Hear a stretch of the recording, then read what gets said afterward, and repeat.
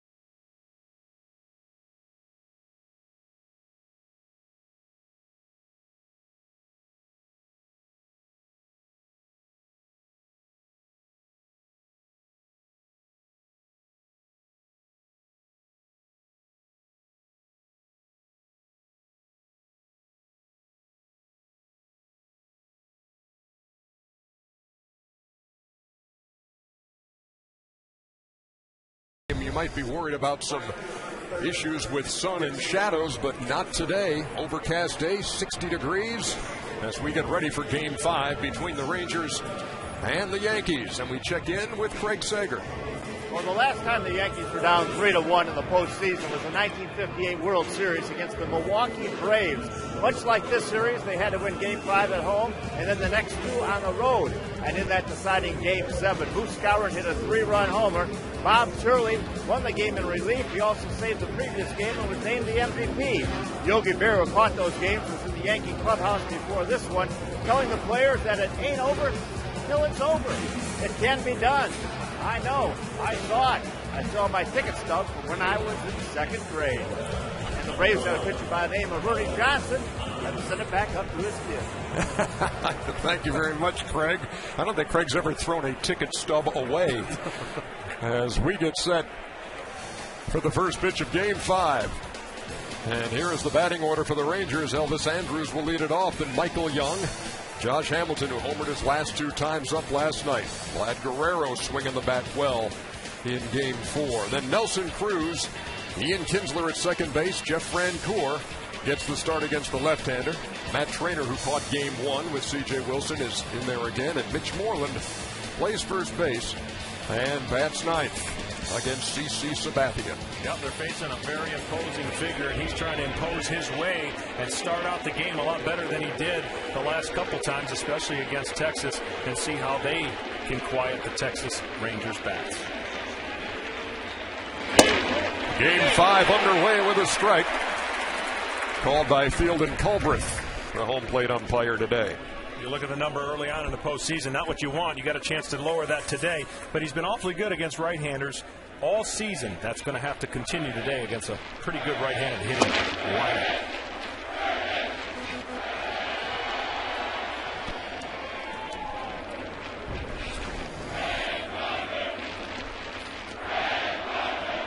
Andrus with 34 infield hits in the regular season. The Rangers had more than anybody in baseball, and this is a liner to center that Granderson has to play on a hop. Leadoff hitter is on for Texas.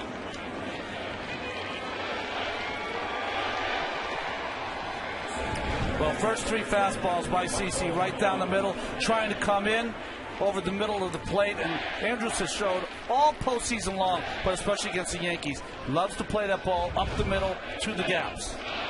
Well, Ron, CC had a bullpen session that went longer than he wanted to in between starts, simply because he was working on something with a fastball, trying to get it to an area, and he wasn't going to leave until he did it. We'll see if it pays off. It didn't there, but over the course of the game, see if it pays off. Michael Young takes tight, 1-0. Andrus at first has 6 stolen bases in the postseason, 3 in each series.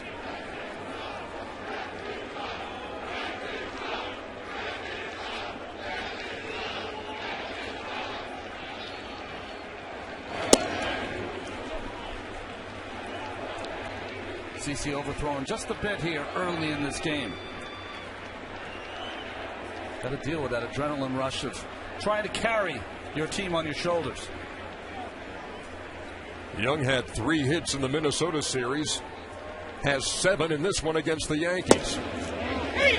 2 balls and a strike. Well, it takes a special ability when really things are you know, I hate to say backs against the wall, whatever cliche you want to fall under, to let that tension pull pitches over the middle of the plate, be able to stay back and execute as you would in the regular season. He's dominated at home. Try to treat this like another home start. Even the count at 94 miles an hour, 2-2. Andrus hasn't run yet. Sometimes the reluctance against left-handed pitching. Only 4 for 10 this season.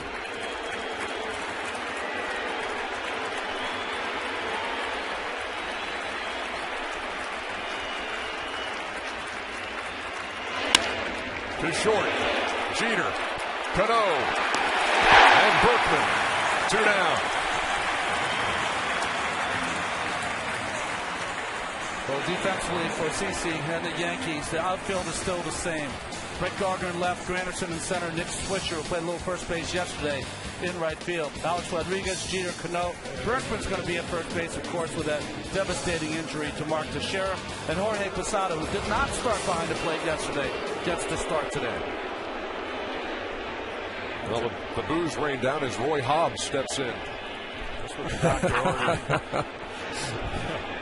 Josh Hamilton homered in his last 2 trips in Game 4.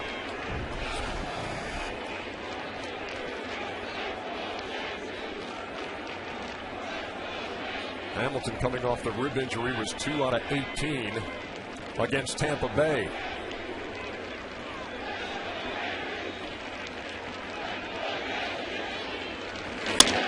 And he lines a single to right.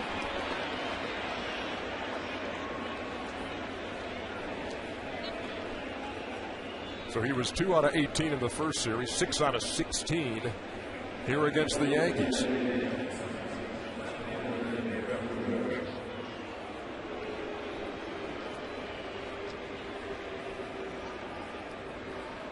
We talked about it last night, Ernie. At some point, this arena, this home field advantage crowd is going to have to get into it. I know it's relative to their team's success, but very quiet, subdued, trying to figure out the flavor of the game early on. Well, with a different start time, a little later arriving crowd than you would have at Yankee Stadium. Usually all the seats full as soon as the postseason game starts. Are you saying traffic is an issue here in New York? I've been in Atlanta. You have traffic there, too. Yeah, we do. Up and in to the Rangers DH, who went 4 for 5 last night. Boy, that's a beautiful answer by CC. Remember the first inning in last night's game where Alex Rodriguez was pushed off the plate by a Tommy Hunter fastball? This is how a left-hander can take care of his business early. Show, not intimidate the Rangers. You cannot do that. But let them know you're all business today.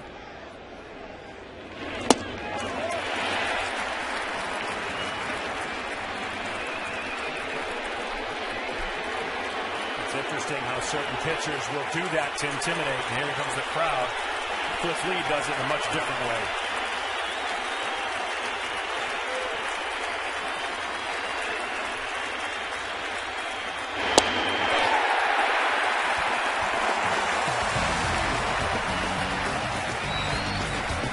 Hits for the Rangers, but no runs.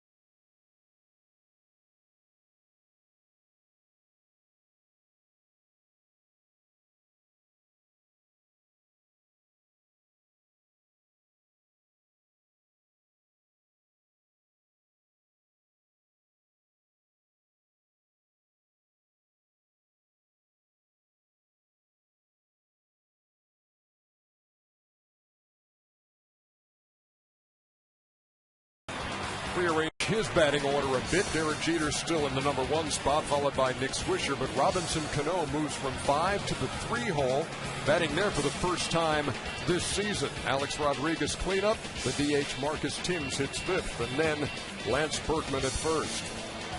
Jorge Posada hits 7th, and that speedy bottom of the order against the left-hander Curtis Granderson and Brett Gardner as they face C.J. Wilson. Yeah, C.J. Wilson had a nice game, the game 1 start, but one thing, if I'm him, I want to do a little bit better, Ron, is control the left-handers in this lineup. He's awfully devastating coming into this postseason against left-handers, but the left-handers get some big hits off. Well, he hadn't given up a home run since 2008 to a left-handed batter until Robinson Cano in that first ball game. He pitched game 2 of the ALDS at Tampa Bay and went 6 1/3, getting the win, 6-0. Went 7+ in game 1 of this series with no decision. Derek Jeter takes low for 1-0. Yankees come into this game hitting 198 in the series. Texas 307.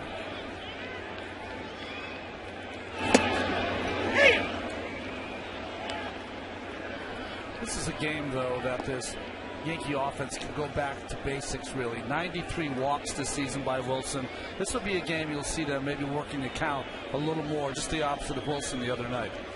Sorry, Lee. On the ground, Andrews throws him out.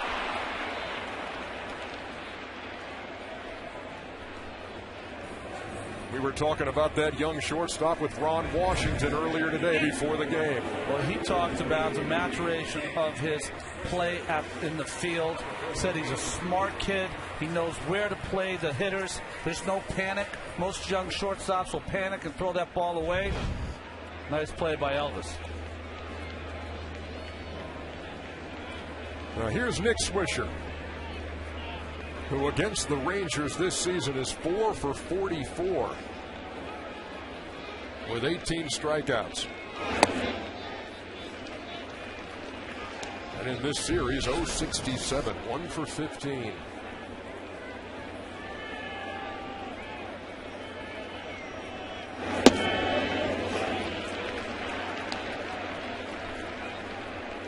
John, you and Ron, with your postseason experience, how would you describe the mindsets in both of those clubhouses today when you're a win away from advancing to the World Series? And when you have championship pedigree like the Yankees do, and you've got no wiggle room now.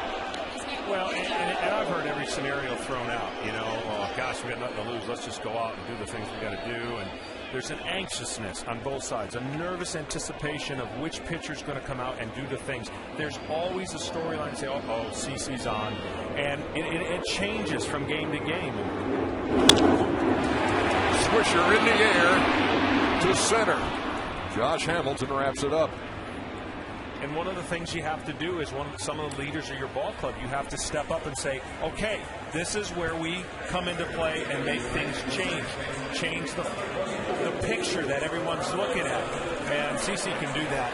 We know that, and it would help to go a long way to turn the ball over to Phil Hughes and then so on and so forth. And the way that you really fail at it is you try to get big. You try to do too much individually. Just get back to the things you've done all year. CC Sabathia, at this point in his career, is a pitcher who doesn't want to blow everyone away. He wants to throw his changeup a lot. He wants you to put the ball in play, limit his pitch count, be more effective, and go deep in the game. Robinson Cano steps in against Wilson with 2 down. 407 in the postseason and 467 in this series. 7 out of 15. Sorry, we get an opportunity to go in the clubhouse and talk to some of the guys, and CeCe's just so cool, calm, and collected. He doesn't care, you know. And I think that's the attitude you got to have when you get on the mound. It's business, but not to the point where like, oh my gosh, what am I going to do? I don't want to talk to anybody. I'm stiff. He wants to get on the mound. That's really. A lot of the Yankees have that mindset. That's why they've been so successful.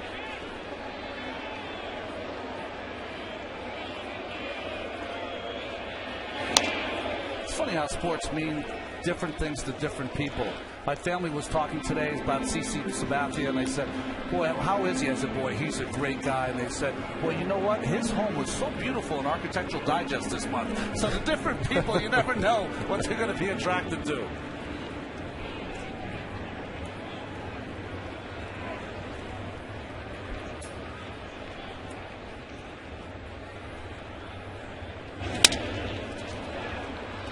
Behind third, and a long run as that ball drops just foul. Well, his homer 3 times in this series. Yeah, we mentioned it before. The first one since 2008 against Chu of Cleveland. And this one is a classic wrap it around the foul pole. Meantime, if you're the Texas Rangers, you follow the lead that Ron Washington sets out. Ron Washington reaches staying in the moment. He's not looking ahead to any wiggle room or if we get to a game 6 or if we go back home. All he says, we're going to show up at this ballpark today and we're going to play baseball.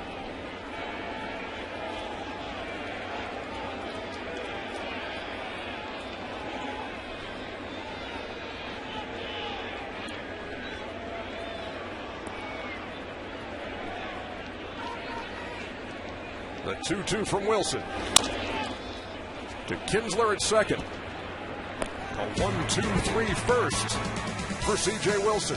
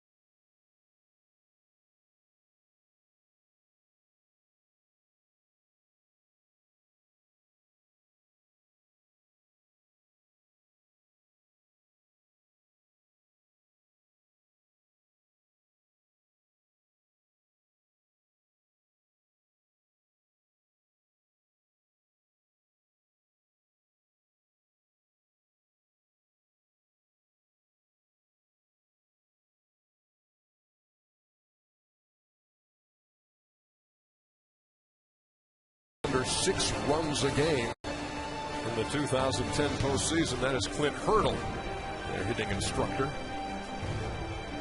You never know what events will transpire to put your hitting coach with the perfect team. A Sports Illustrated cover boy. He was going to be the next phenom in baseball, was Clint Hurdle for the Kansas City Royals. It did not work out.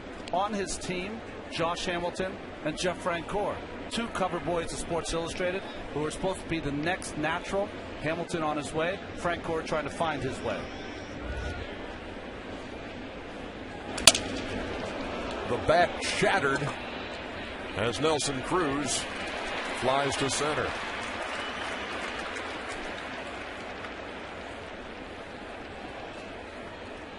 Our guys in the truck just happen to have Clint Hurdle and Jeff Francoeur.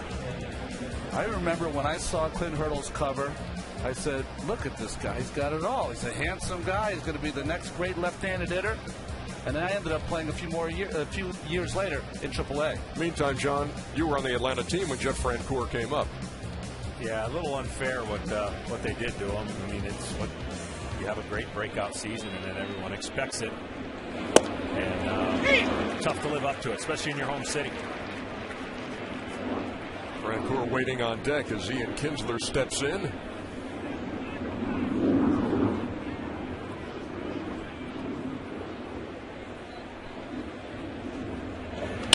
That ball right back up the middle, and that is the third Texas hit.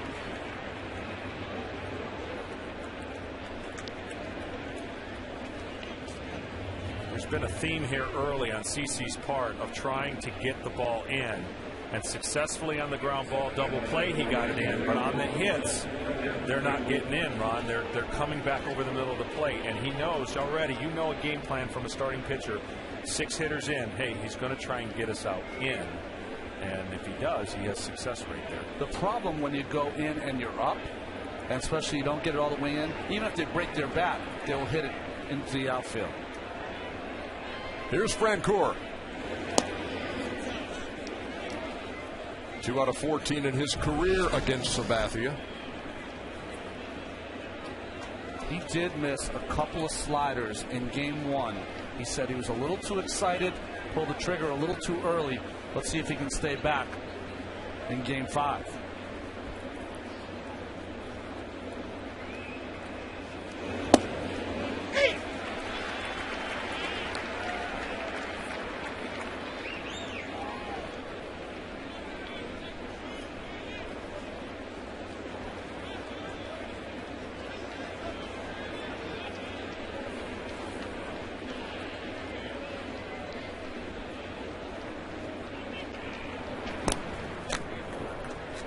Last pitch, I don't know if Jeff's going to get another one of those to hit, but that's what you were talking about. He got away with it because it was a called strike, but it was up in the zone, very hittable. Jeff might have been looking for something else. Fastball in when he took it.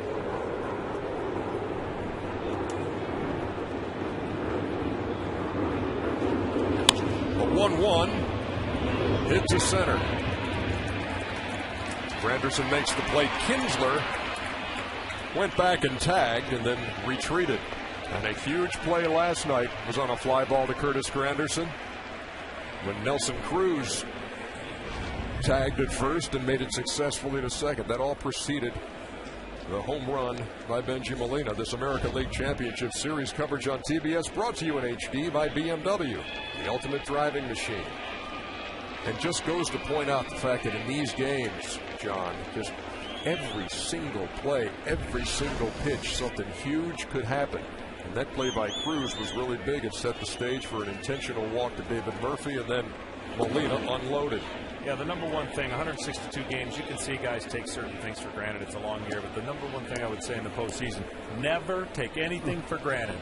Run everything out, don't assume, because you never know what point in the game is going to turn for your team, and you got to be prepared to be either on that base or defensively making that play. There's Matt Trainer. Think of it this way. Cruz doesn't tag up. Chamberlain probably pitches to Murphy. I mean, that could have happened. The left-hander Boone Logan was not up, so he'd have to go to Jabba. Of course, we were told about Murphy last night, had a home run against Burnett. Jabba might have been brought in if he doesn't tag up.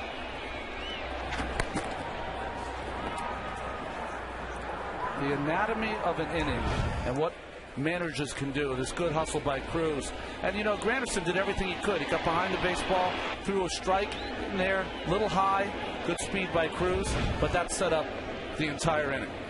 As Ron Washington said, that's the way we play baseball. They pressed the issue, and it really paid off last night.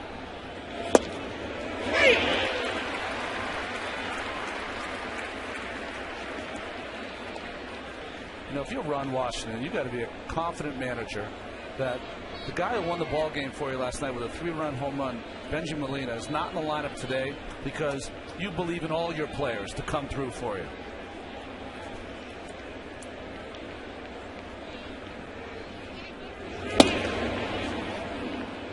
Two balls and a strike to Trainer.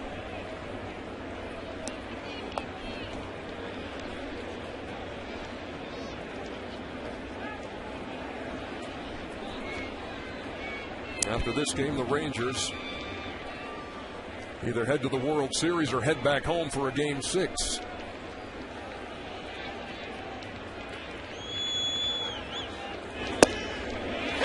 And 2 strikes. And even though you have wiggle room here, John, you can't act that way.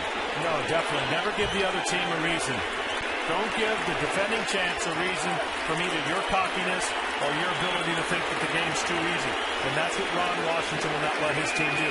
He said, we will play the game. We will aggressively go after the things we need to and let the game come to us.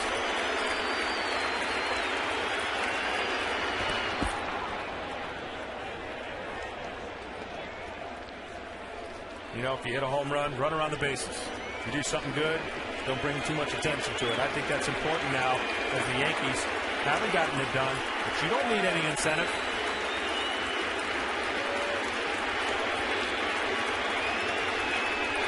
Kinsler on the move and steals it without a throw.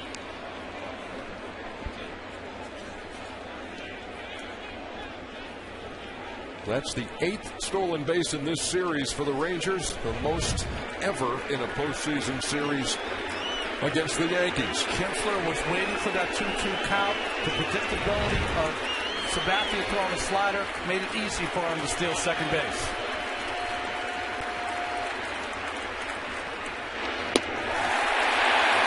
The Rangers strand him there. Second strikeout for Sabathia.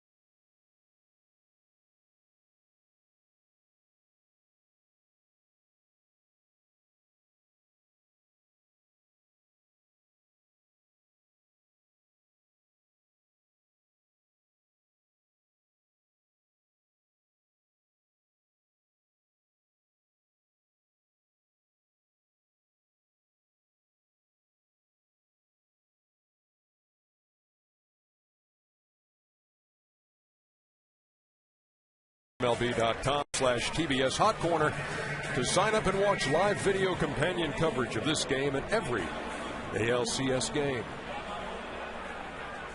The Yankees were retired in order in the first. Alex Rodriguez leads it off in the second. Just 2 for 15 in the series. And he's struggled against C.J. Wilson. Just 1 out of 16 in his career. He's been 0 for 12 in the entire postseason against left-handed pitching. Something that it's hard for me to fathom, John. I agree. There doesn't seem any left-hander would have anything to get him out.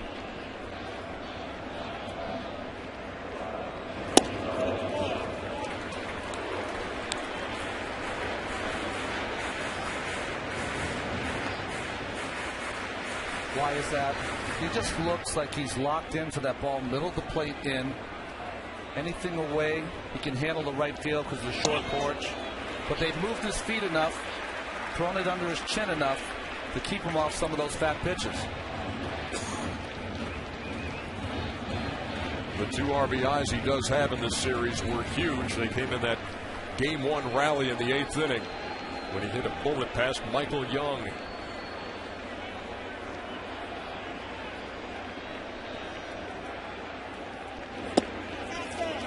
A 4-pitch walk to start the second.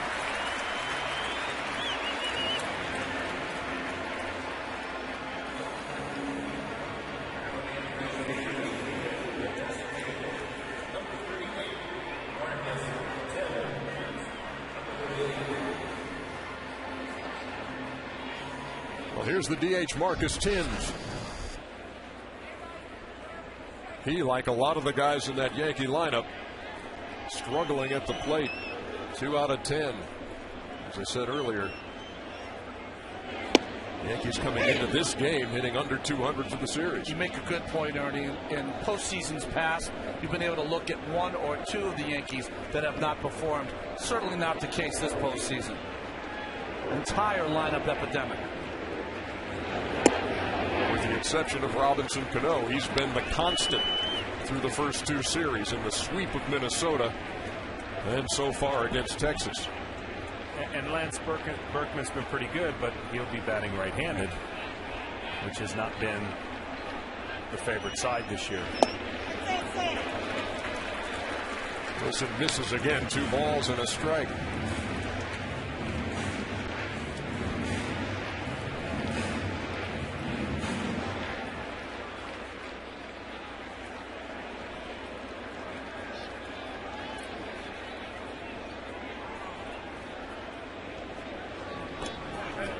Courtesy throw over there to Alex Rodriguez, who will occasionally steal a big base in a big situation, but very rarely do you see him go in this situation unless Joe Girardi is starting to spin the dials and thinking about a hit and run here and there. With Timms, though, usually wouldn't want that. You want him to get a pitch to drive out of the ballpark.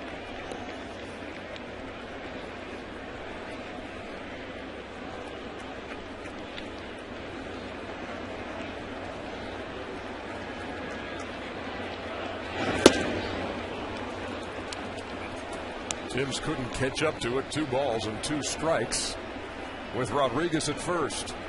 We are in the bottom of the second. In Game 5 of the American League Championship Series, Rangers lead it 3-1. There goes Rodriguez. Ball is popped up. And there is the first out. You saw what you always see in a situation like that with a runner going. You see some deking going on in the infield. Elvis Andrus acting like he was fielding a ground ball, trying to get Rodriguez to commit. The little cat and mouse play that you get from the infielders. But that tells you something if you're C.J. Wilson, that A-Rod starting on the pitch. That tells you that the Yankees, without the benefit, they're having trouble getting 2 and 3 hits in a row. Not able to do that. Here's Berkman. John, one of the things you like to say about postseason baseball, and well, I guess it applies every time you take them out, you want to stay away from those crooked numbers on the board. The Yankees in this series only one multi-run inning. Everything else is just the single digit. And that's hard to believe coming into this. We saw this lineup over the course of the season just make people pay when runners got on base. They've had opportunities. This has not been a series that's indicative of the score ending up the way it did.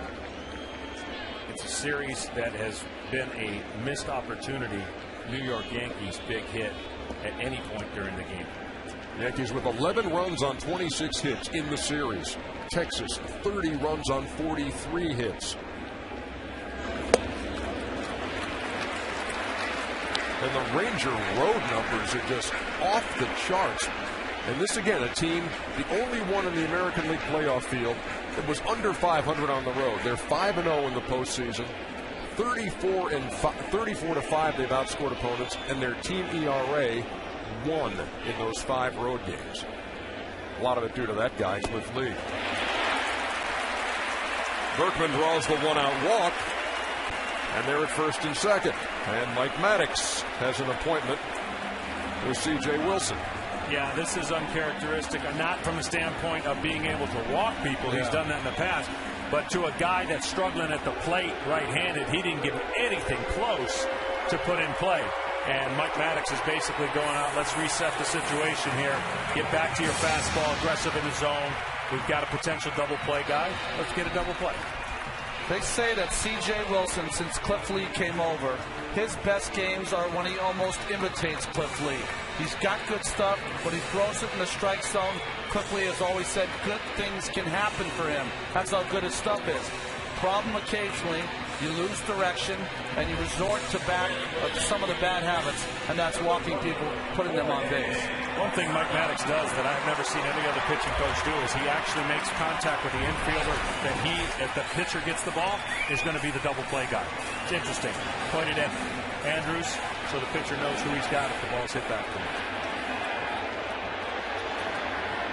The Rangers had a runner in scoring position in the top half of this inning. Could not advance him.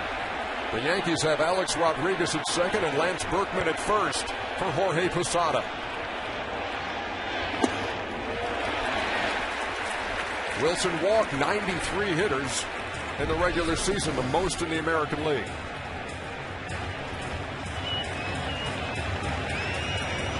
The Yankees just 3 for their last 33 with runners in scoring position.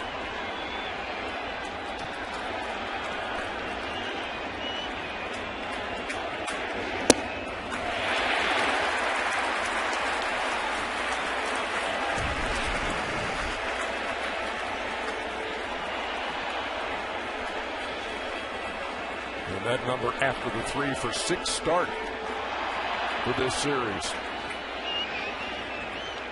Interesting decision here for Posada. 6 in a row has been missed. You get this crowd electric if he finds a gap somewhere on this pitch. He's got to square up. The only pitch he's got to hit is a fastball down the middle. If it's not, see if CJ can continue to work himself into trouble. Posada has not knocked in a run in this series. Here is an opportunity. Into left field. Rodriguez around third. He'll be waved. The throw to the plate. He is safe. And the Yankees lead it 1-0.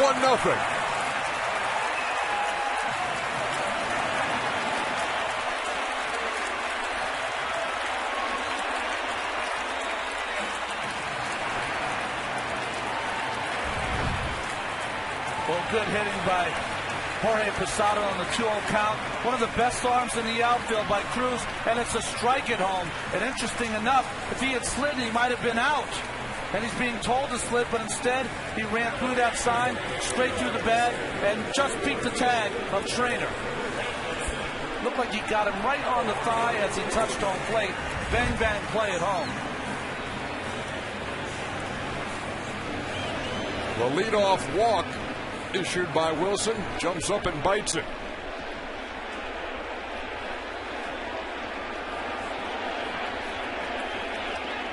Now runners at first and second with 1 out for Curtis Granderson.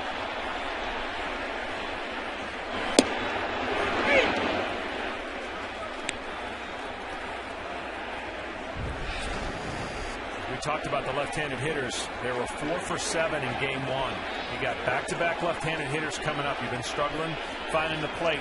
He went strike 1 on Granderson. Got to find a way to get these two guys out and only keep that to 1 run.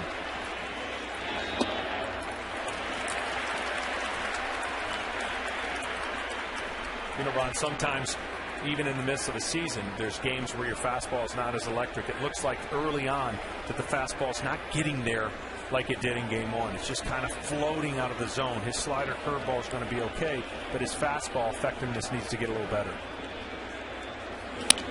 That ball is toward right center, and it'll fall for a hit. Francoeur fields. The throw will come to third as the run scores, and the ball gets away from Michael Young.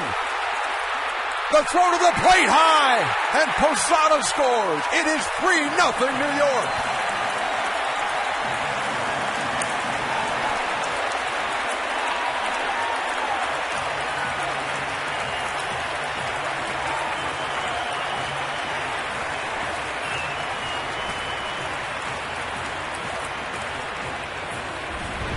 Maybe there is an Achilles heel for Texas, who has played almost perfect baseball. A base hit to right field. Francoeur makes the right choice going to third base. Young's got to get in front of that ball, and Wilson never backed up. And then this throw to the plate. A lot of pitchers can throw 60 feet, 6 inches. Sometimes they can't throw 25 feet. I'll tell you who was an unsung hero on that play for Texas. The first baseman backed up that throw. He came all the way over. Otherwise, Granderson could have gone to third, maybe even with his speed scored. But I thought Francoeur had either option to throw, but he went to third, and it created some chaos. Boy, C.J. Wilson had Jorge Posada out by 10 feet if he makes a good throw. But he airmailed it over the head of Trainer. And to your point, John, Mitch Moreland there to back it up. To keep Granderson at second. Here's Brett Gardner.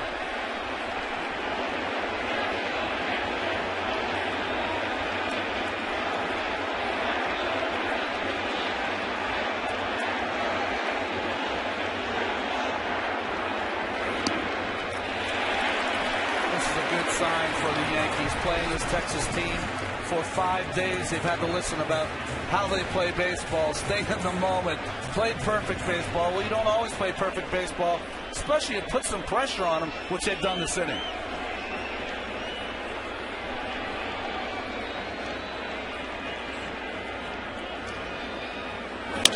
Gardner ropes it foul.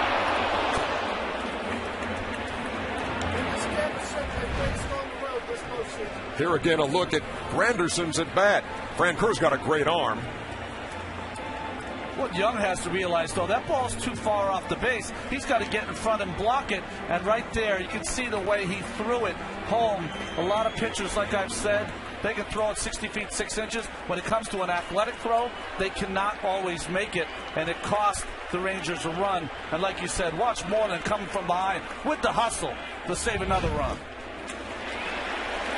Well, the reason C.J.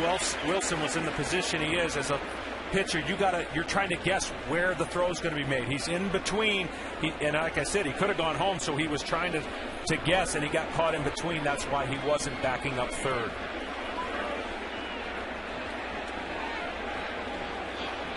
Two balls and a strike to Gardner.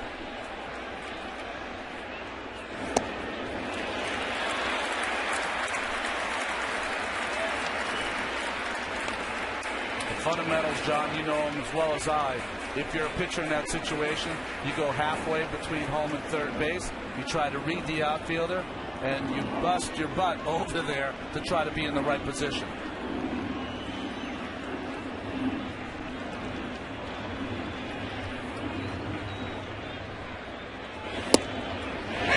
Caught the corner, and the count full.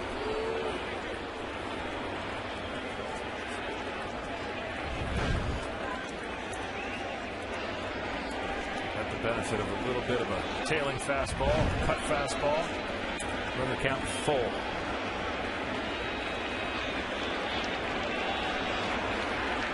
Yankees with their biggest lead of the series. 3 runs, threatening for more here in the second. And Wilson came back to get Gardner on the foul tip. 2 down.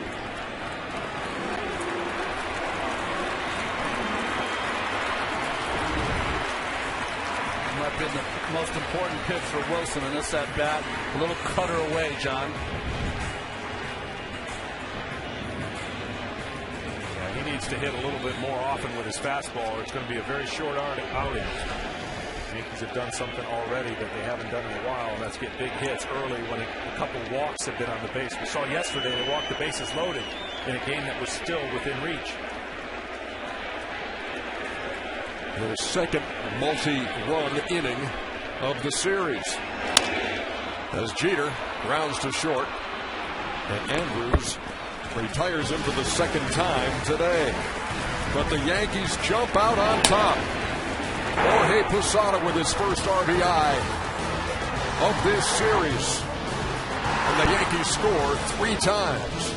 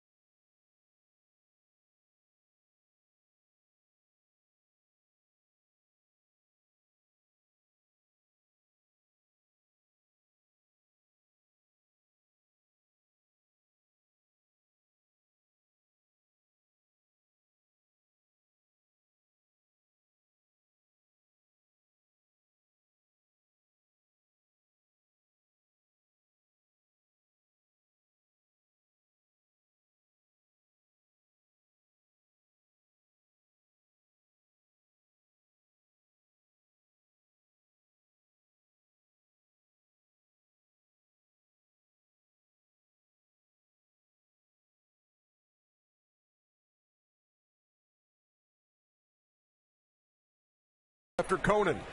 Don't miss new episodes starting November 8th at midnight only on TBS. Top half of the third. Mitch Moreland, the number 9 hitter in Ron Washington's order, leads it off against CC Sabathia. You've watched the telecast, you've heard us talk about shutdown innings. CC has a 2.57 ERA postseason career when his team has scored him runs.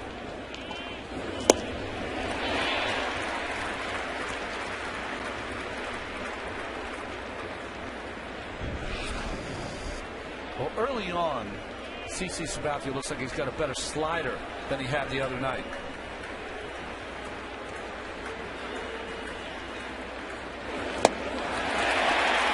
He makes quick work of Moreland.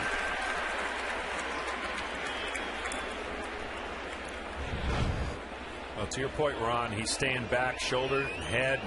We call it the The direct arm has to be quiet so that you can follow through, and his slider has a lot more break and tilt to it, something he was working on as well in the bullpen. Third strikeout of the game and second straight for Sabathia. As Elvis Andrus steps in, he singled his first time, but then was wiped out in the double play.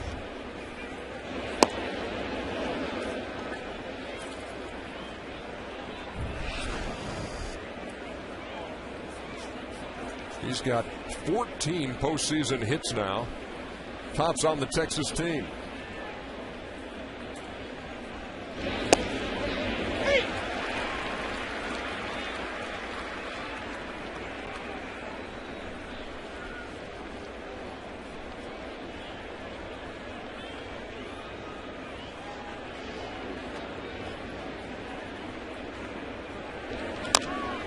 Tapped up toward third. Rodriguez is going to let it go foul, or will it stay fair? Right on the line.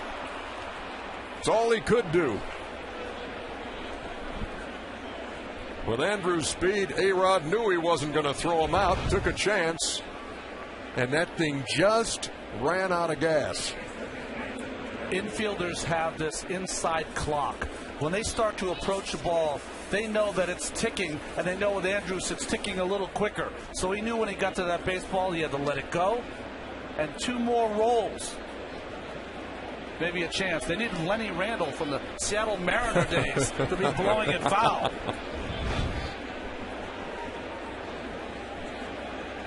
So Andrus on with 1 out. Here's Michael Young.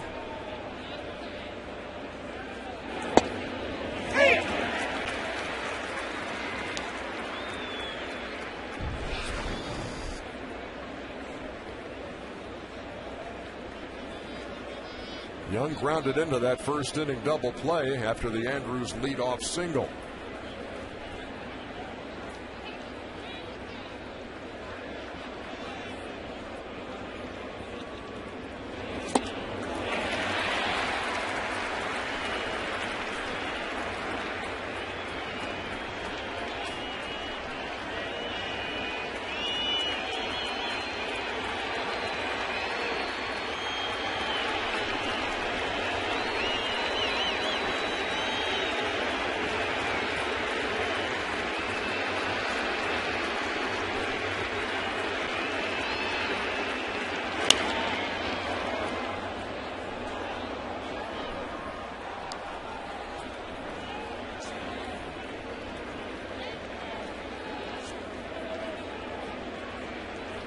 I know they like to throw that high fastball to Michael Young.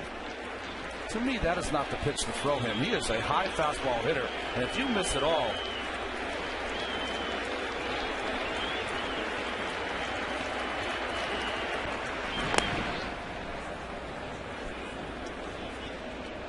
they pitched him in the first, and just seems like he's trying to open up a little bit to try and get to that inside fastball, pulling off the ball just a little bit, which could open up the outside part of the plate. Again, that sign, the wiggle of the thumb, throw over. Now you say to yourself, CC's a left-handed pitcher. How come he doesn't have Pettit's move? Well, only few can have the move of Andy Pettitte, but he doesn't need it as much because he's extremely quick to the plate. Has that slide step, and for a big man, his time to the plate is as good as anyone.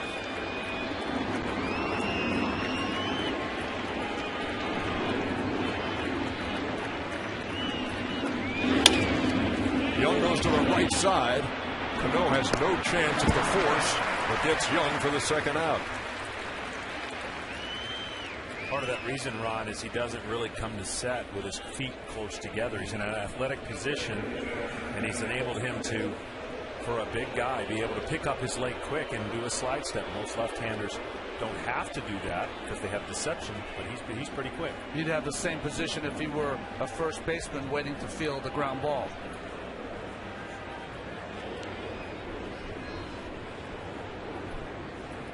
Here's Josh Hamilton, who singled his first time. Now with 3 straight hits, 2 of them long balls.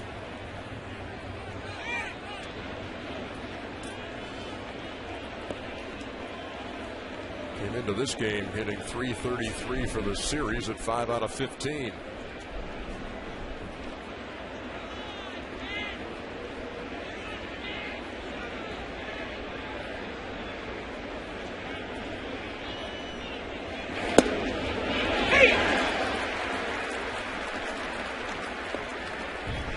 Texas Rangers leading the ALCS 3-1. Had never been to the World Series, but can earn a trip with a win today here at Yankee Stadium. But the Yankees lead it 3-0 as we play in the top half of the third here on TBS.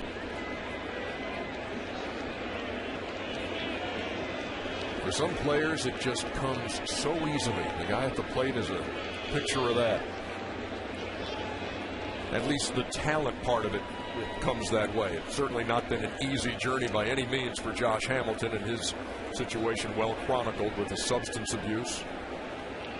And you know, the starting pitcher today has been a help to him. C.J. Wilson, California kid, grew up with what he calls a straight edge philosophy, drug-free. And so the Rangers, when they looked at that, said, this is a guy we don't hesitate to let Josh Hamilton associate with on the road. He knows he's not going to lead him down any bad paths. Josh is a zero tolerance policy guy. Wilson is zero tolerance guy also.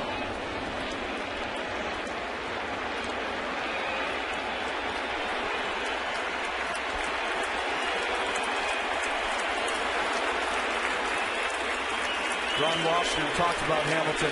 When he's struggling against lefties, he swings at that breaking ball off the plate. When he's not, he's almost impossible to get out.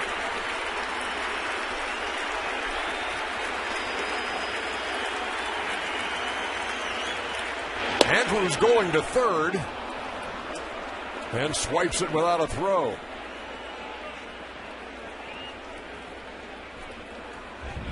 See, I think this is a case here where even Jorge, not knowing the situation, if that pitch is close enough and you're jumping out, you don't give your pitcher a chance to get a strike. It's obvious A-Rod was not going to be covering third, and he jumped out of the strike zone. Now it was a ball. I will say, though, to look at it another way for Andrews, I always find that an individual play, John, not a real great team play. If you have your best hitter up at the plate, and as the ball is coming to him at the dish, all you can see is a whir of a Texas Ranger uniform. I think it's always better to stay put when your hitter has two strikes on him.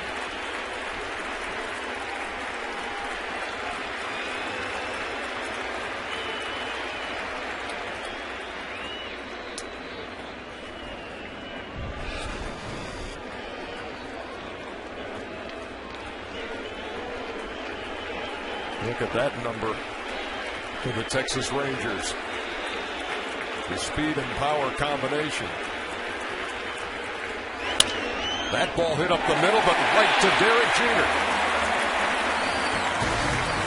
And it's 3-0 heading to the bottom of the third.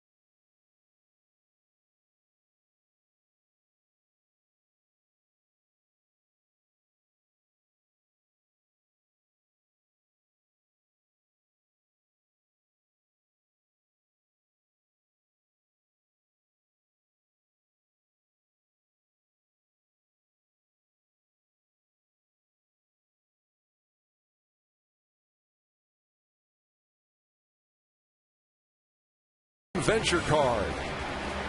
Thanks for spending your afternoon with us here on TBS as we watch Game 5 between the Rangers and the Yankees. New York with 3 runs in the second.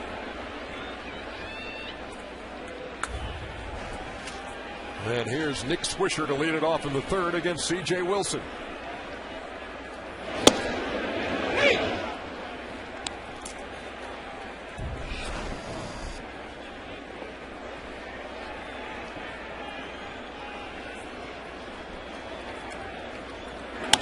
That ball is hit deep to left, along the line, and gone!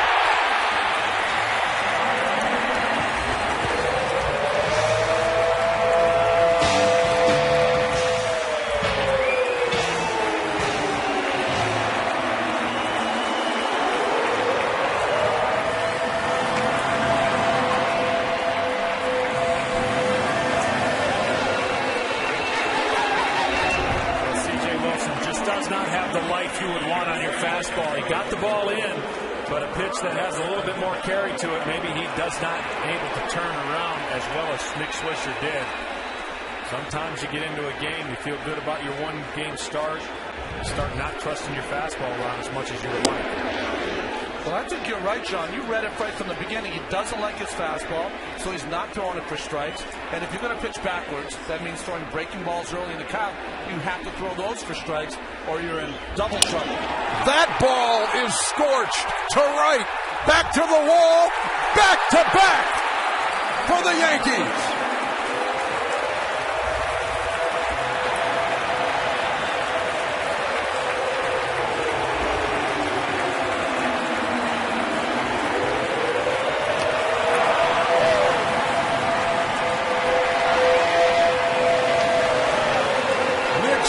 And Robinson Cano connecting in the third.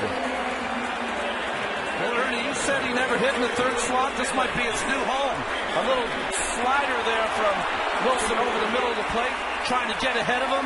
Does not work. Cano's 4th home run of this series. Here's Rodriguez.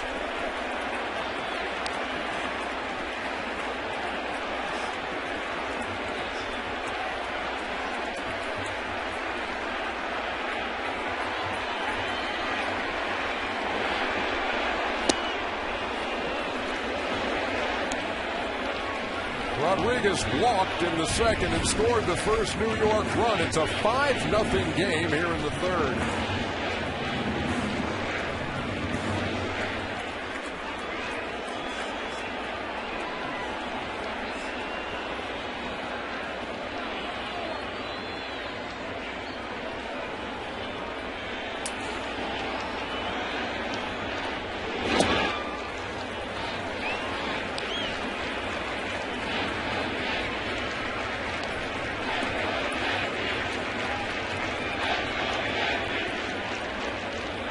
Robinson Cano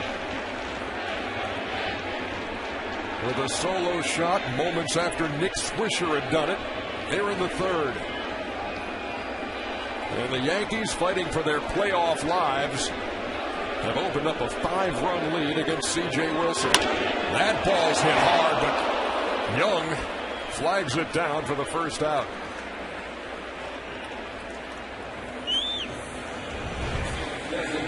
Well, there's breaking balls and there's rollers, and right now Wilson's breaking balls rolling up there. Fine play by Michael Young down the line, and you have to play down the line when you have a pitcher who's pitching in to the right-handed hitters.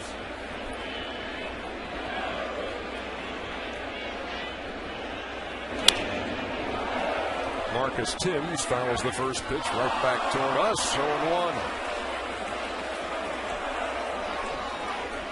Came out here early, Ernie, and did a little study in the overhang. It's almost impossible for us to get a ball in this booth.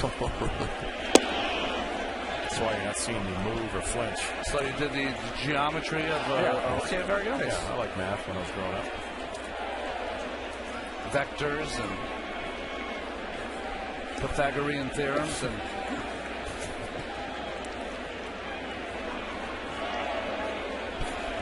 You're too much. Not you, Ron. Talking to the other guy. I'll take it too.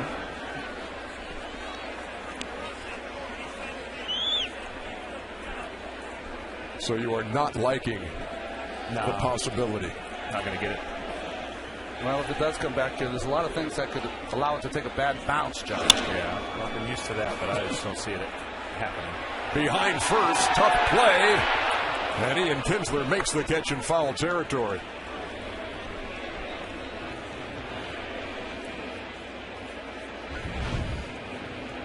You look at this pitch. First baseman's trying the best he can to get in position, but the actual guy that's got the best chance is the second baseman. Overruns it a little bit, but makes the play nonetheless. Outs right now for C.J. Wilson are so important. I don't know how many innings he's going to give Ron Washington, but you can't let this game get any more out of the way than it is right now, 5-0. He's thrown 48 pitches. The ball strike breakdown, 25 strikes, 23 balls. And 2 have left the park here in the third.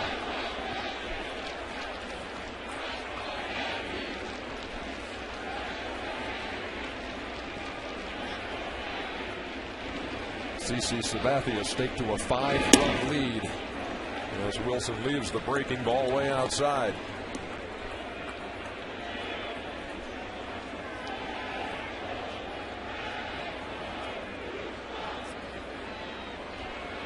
Nice pictures of CC Sabathia, John. The starting pitcher almost does not know what's going on with the offense, just concentrating on what he's going to do when it's his time.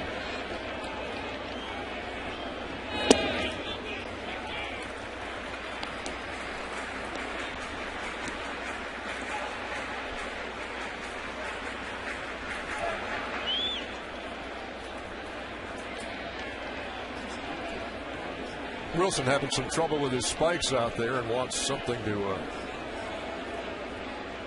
get the gunk out of there.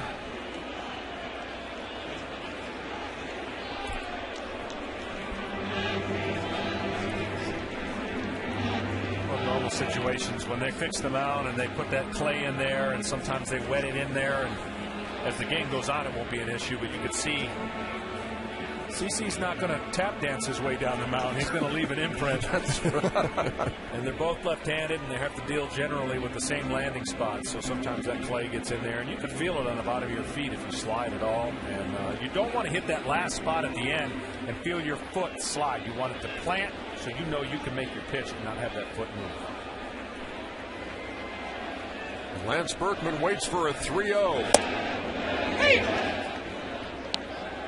I always said, Ron, when I landed, I wanted to feel like I hit a brick. There was a brick wall in front of me. I knew I could stand in it, sit, stand, and spin, and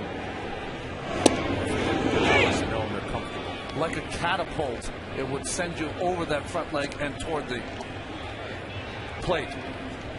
See that toe guard on his left foot to protect that spike, so you can wear it for a few starts. To right field, Francoeur charging and makes the play. And that will retire the side. But the New York bats make some noise. Nick Swisher, Robinson Cano, back to back.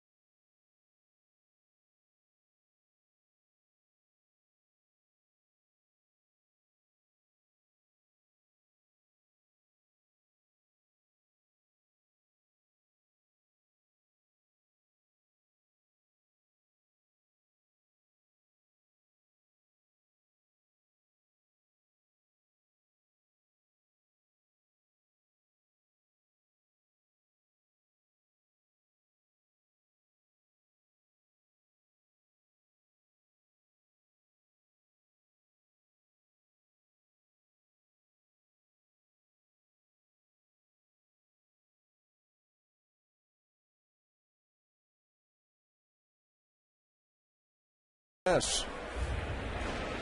And he faces the cleanup hitter Vlad Guerrero to lead it off.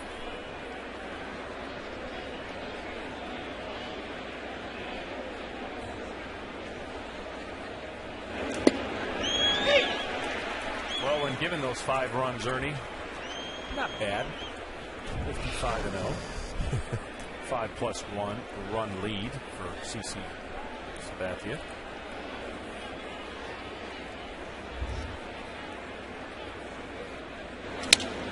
Guerrero to right. Swisher. 1 down. October is the postseason. November is Conan. Aerial coverage made possible by AT&T this afternoon, and Conan premieres November 8th right here on TBS.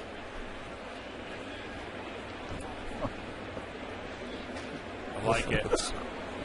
I like it. Might be an awesome look for you. Little Jimmy Neutron for me.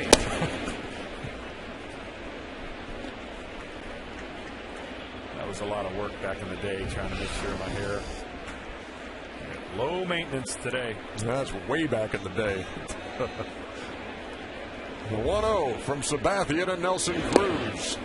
Speaking of back in the day, Ron, you talked about spikes. You told me something. You wore a different set of spikes every game. 35 to 36 a year. Unbelievable. The company I was with used to make this leather that was so soft that I could wear a shoe on the day I wanted to pitch. Never no toe guard. As soon as it was done, well, after anyone cared, I would give it away to charity. In the beginning, I just would give them away. But yeah, every start a different pair of spikes. And you, John? A whole season with one pair. Really? Yeah. I rarely went through a shoe. You didn't have a shoe contract, huh?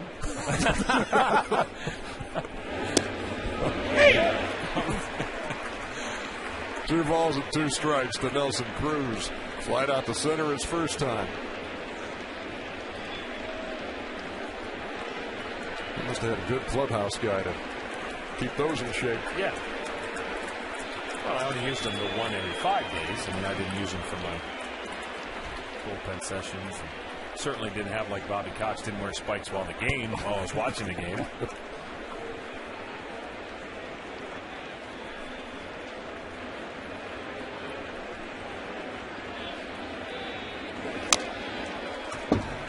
The count full to Nelson Cruz.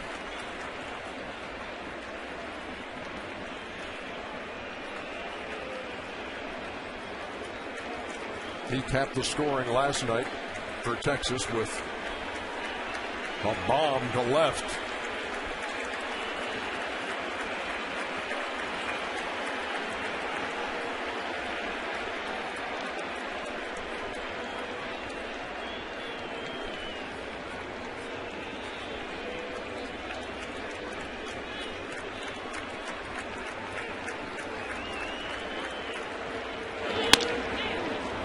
Toward the gap in right center field. Granderson over.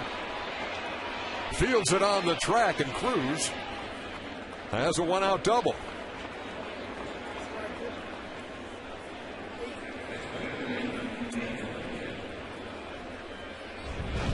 Well, I tell you, Nelson Cruz has showed me something. 3-2 count. That ball jams him, but he's so strong to get that into the gap. Another 2-strike hit for Cruz. 8 now shows you that with 2 strikes, he will cut down a bit on his swing.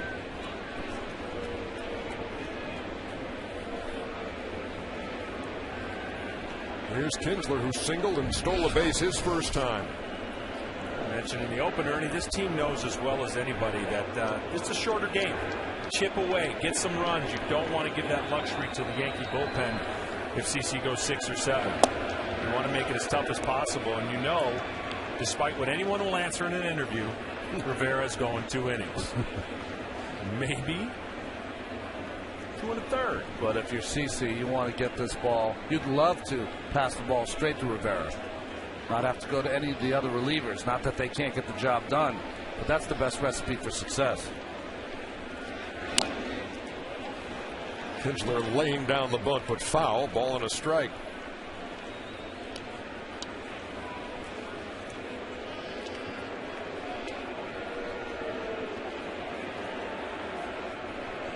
Kinsler with the element of surprise there, trying to get one up the third baseline. Not a bad play. Anytime you can get a bunt base hit, you need base runners right now, trailing by 5. Cruz leading from second, and Kinsler waiting on a 1-1. Just a little looper into foul territory, and Lance Berkman loses his footing. Have to make sure he's all right. Yeah. I thought he hit the back of his head.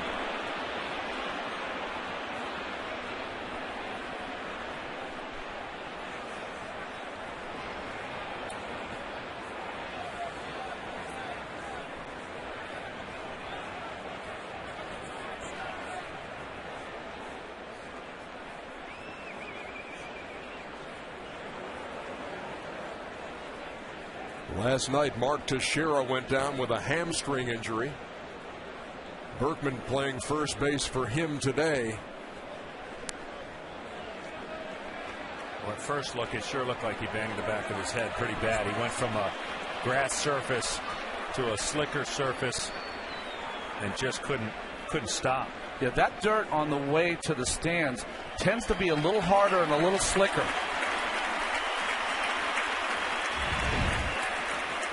Well, he was going flat out because he was trying to get to, he thought he was going to go in the stands, but didn't. And it looks like he might not have hit his head, right, but he snapped his neck. Watch his neck in this play. You're absolutely right, Ron. And boy, I'm telling you, that was like on skates. Both feet right out from under him. As soon as he hit that warning track. You see, some of the fielders in today's game do not use the metal spikes anymore. Looks like Lance has those rubber cleats. The 1-2 misses, and Berkman back out there at first.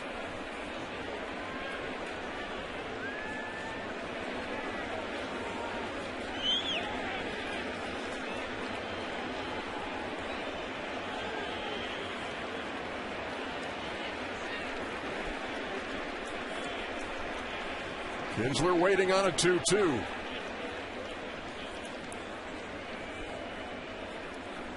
Well, Lance with Teixeira out barely gets the standing 8 count. Back at first.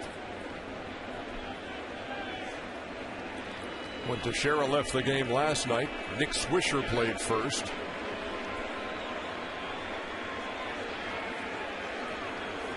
And CC and Posada trying to get on the same page. They're in the fourth.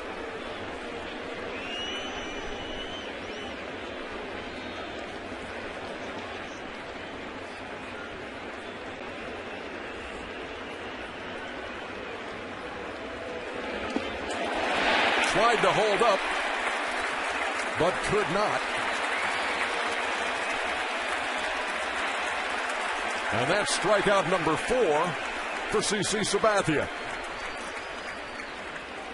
We mentioned the Teixeira injury last night as he was running to first.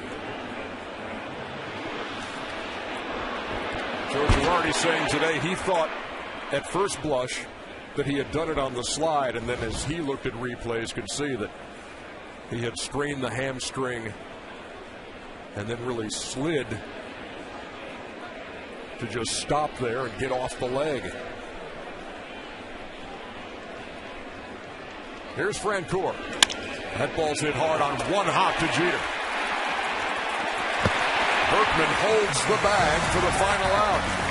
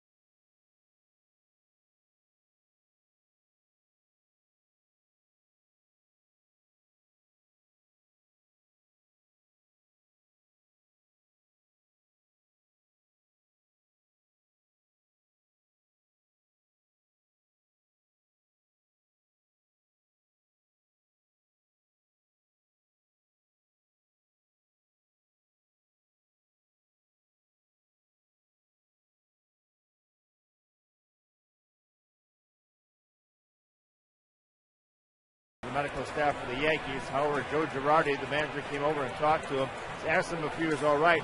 He said, yeah, the problem was that I got the wind knocked out of me, and that during that last out, I was just hoping that Francoeur got out in a hurry because I couldn't breathe. I needed to sit down and rest. So fortunately, that came through, and he sat down, caught his breath. They were still talking to him, but apparently he will be all right. That, of course, happening in the top half of this inning. And Berkman was down for several moments before getting back to his feet and back to first base. Jorge Posada leads it off in the bottom of the fourth. Yankees leading 5-0. Posada has knocked in one of those runs, and it was his first RBI of the series.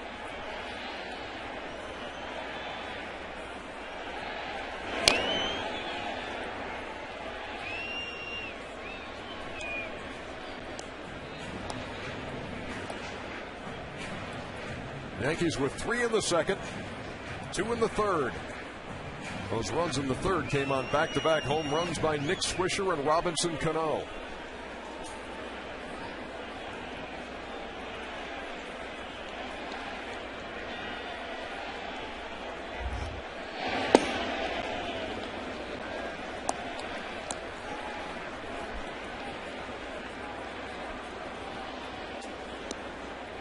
C.J. Wilson, who, well, opponents only hit .217 against him this year, which was number 2 in the American League behind Felix Hernandez, who had a .212 mark. But here in Game 5, the Yankees have knocked him around a little bit in the first 3. 5 runs on 4 hits.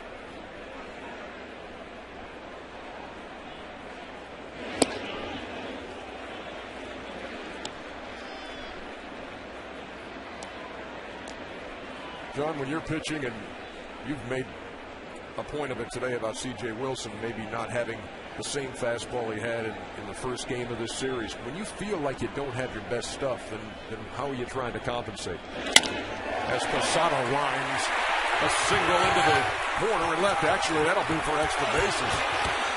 He pulls into second with a stand-up double.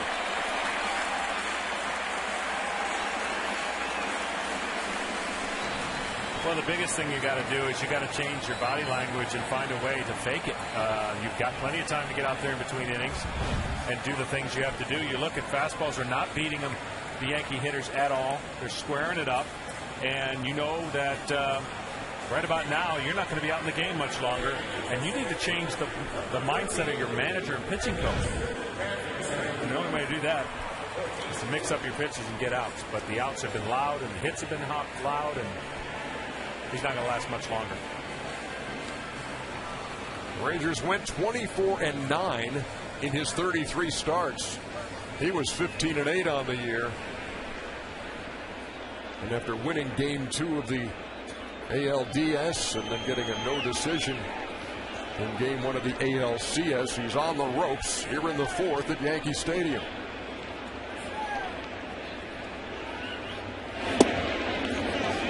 Here's Granderson, who knocked in a run in the second.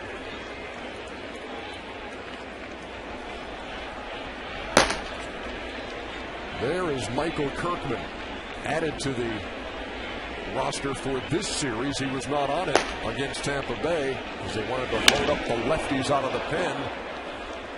And so he could be moments away from his postseason debut in this setting.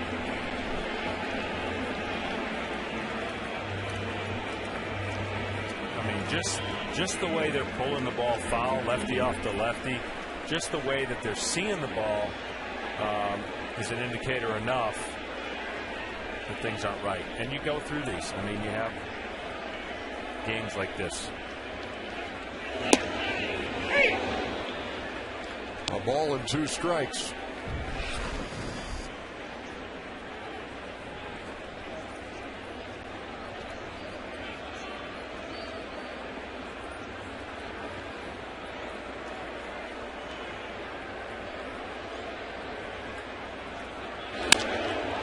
To center field. Josh Hamilton drifting back. Makes the play. as Posada tags and moves to third.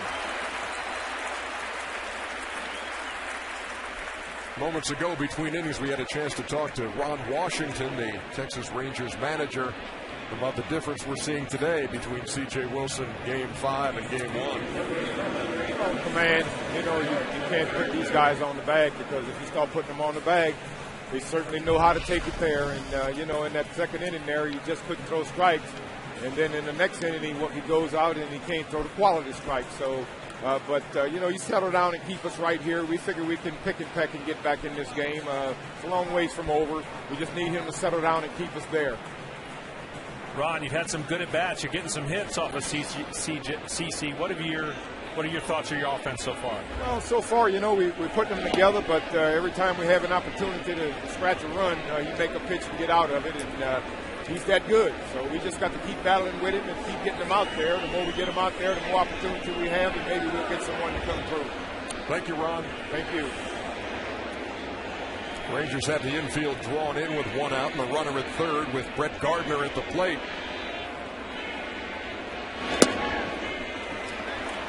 Gardner struck out his first time.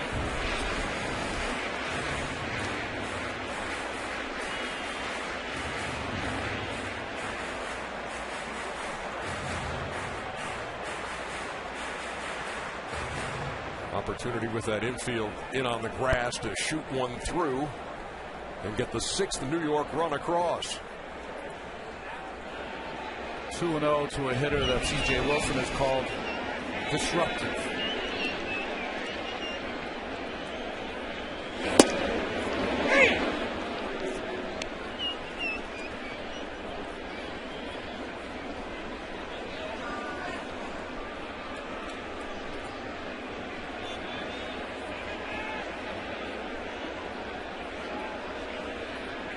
Gardner, 3 out of 13 in this series, has knocked in 1 run.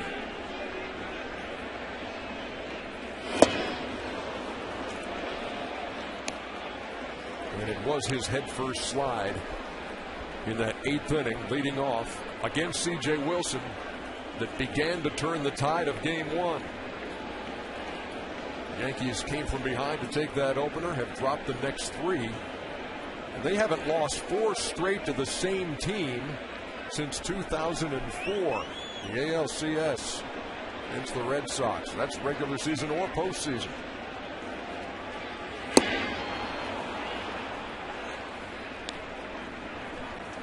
And Wilson got him for the 2nd time today.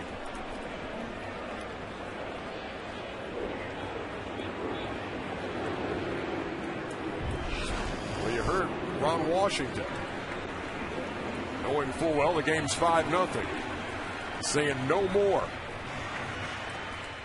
He has confidence that the bats in that Texas Ranger lineup can eventually get the job done.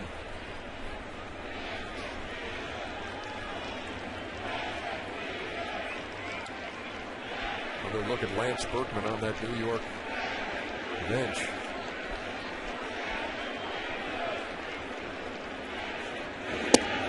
Saw him blowing on his fingers. What will happen a lot of times, you'll get an abrasion on your hand. The only way to stop it from bleeding and to get it ready for another at bat is they'll put that crazy glue on it, blow on it to dry it.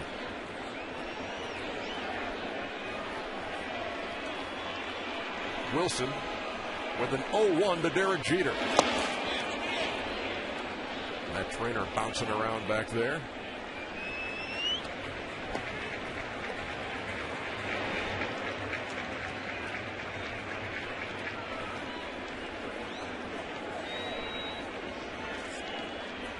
So Wilson now a strike away from getting out of this jam. Posada at third after a leadoff double here in the 4th.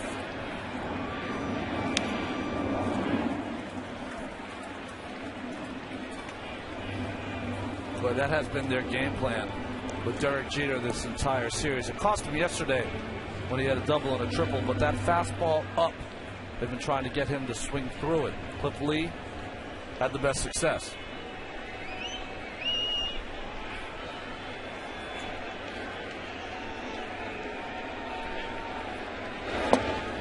tried to check. And the first base umpire, Brian Gorman, said he did check it. Ball and 2 strikes. The thing about Derek Jeter is he stays so inside the baseball that even when he's committed to a pitch, he can keep that bat back past the plate and doesn't have the head of the bat snap through the zone, which signals to a first base umpire, the right-handed hitter, that he went around.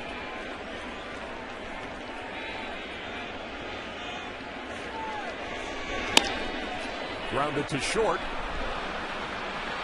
That's the hat trick for Jeter. 6-3 in all 3 plate appearances. We head to the 5th.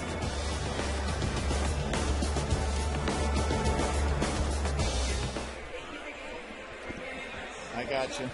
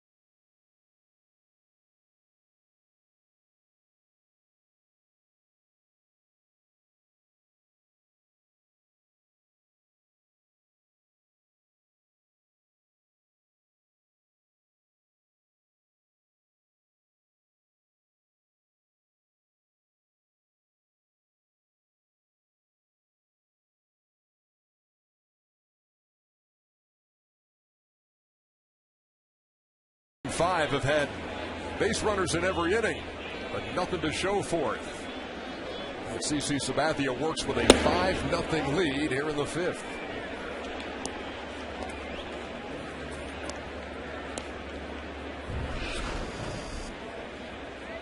Matt Trainer struck out his first time, one of 4 that Sabathia has fanned.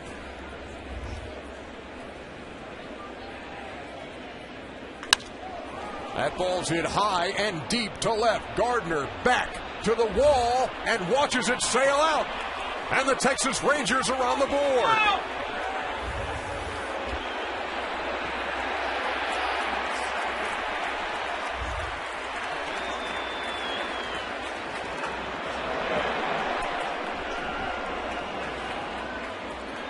You heard Ron Washington talk about pecking away. It's 5-1. Pick and peck, he called it. Matt Trainer gets a fastball on a 1-0 count, middle.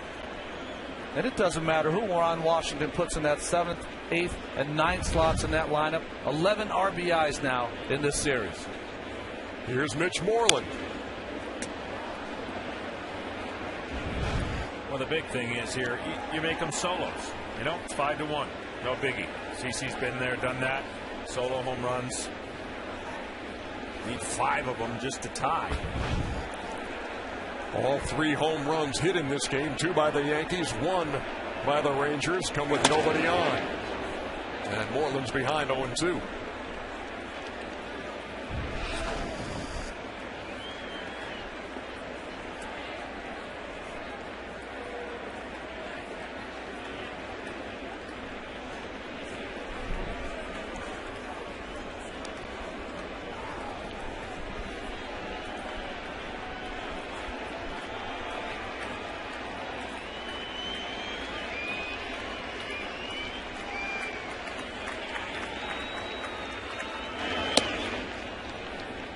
The rookie out of Mississippi State, Moreland, takes outside. Made his big league debut on the 29th of July. Actually hit safely in his first 5 games, and that first game at home picked up a couple of hits. Got the old shaving cream and handshake from Nolan Ryan.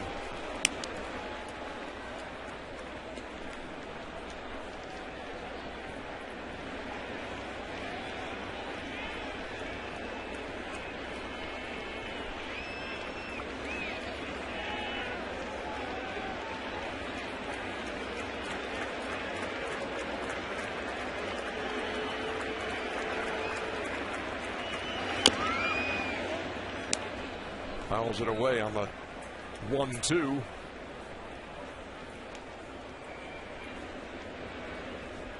So the Rangers here in the 5th have gotten on the board after New York grabbed a 5-0 lead with 3 in the 2nd and 2 in the 3rd. Leadoff homer by Matt Traynor. That ball's hit up the middle. And Moreland with 2 strikes. Singles to center. We had a chance moments ago to talk to Joe Girardi, and the first topic was how is Lance Berkman feeling at first? I think he's feeling all right. He hit the back of his head, and you're always concerned when someone does that they have the concussion, but we feel that he's all right now, and he's going back out. The big man, CC, seems like his stuff is much crisper today. Yeah, his command is good. The other day he had 20 balls in the first inning. I don't know if he's throwing 20 balls through the first 4 innings. I think his slider's been good today as well. Thank you, Joe. Thanks, guys. Top of the Texas order now, and Elvis Andrus, who takes the ball. One thing you see about Lance Berkman at first base, one of the differences, he's going to different shoes now after that slip. And going with the spikes. Spikes on the left, the rubber cleats on the right that slipped out from under him.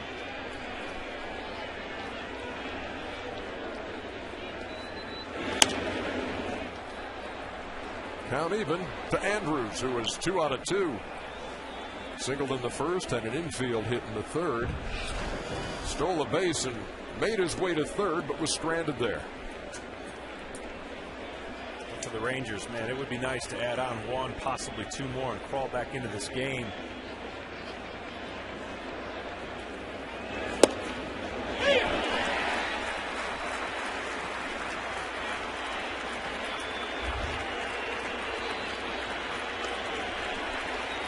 That's a nice pitch count there for CC. You had heard Joe Girardi talk about the fact he didn't think he'd thrown 20 balls in those first 4 innings, and he was right. It was 18.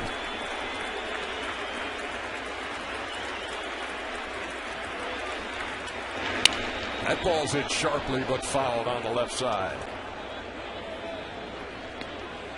That angle of the breaking ball has changed now for CC in this inning. Very sharp with maybe a 10-4 break, but now a little flatter.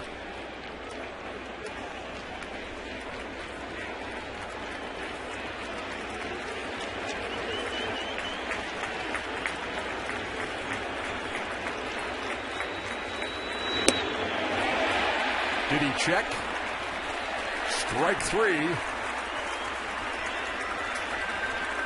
As Andrus goes down swinging, tried to hold up but couldn't. This is just knowing what you think, you know what's coming. It's a fastball, and you're going to go attack it, and it just is. You look at yourself and go, what was I thinking?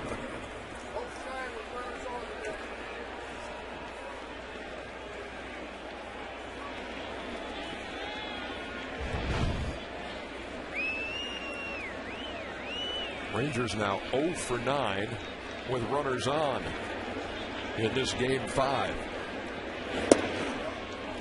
And here's Michael Young. CeCe's really done a nice job on Michael Young already.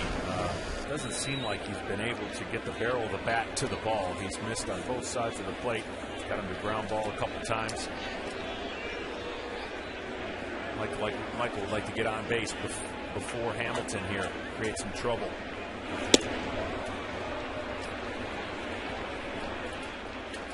Sabathia falls behind him.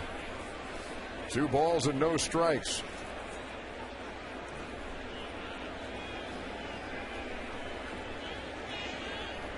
Sometimes you get in those circumstances with a catcher when it's 2-0, John. You can tell him the next couple of pitches. Say 2-0, we got a lead. I'm going to throw a fastball away and then cut her in. Or, just so there's no miscommunication in the next 2 pitches.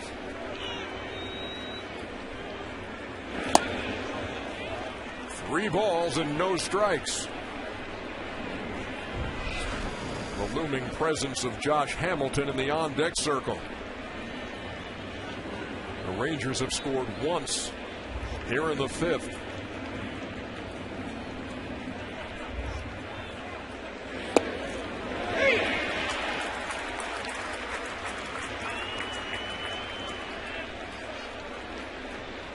Whatever you got that ground ball in the first inning to get the double play. Great to go back to that pitch now.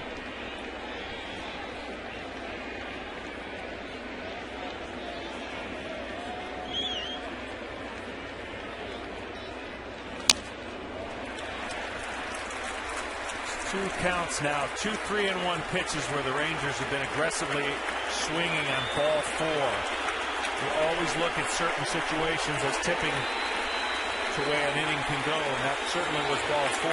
Now CeCe's worked it to 3 and 2.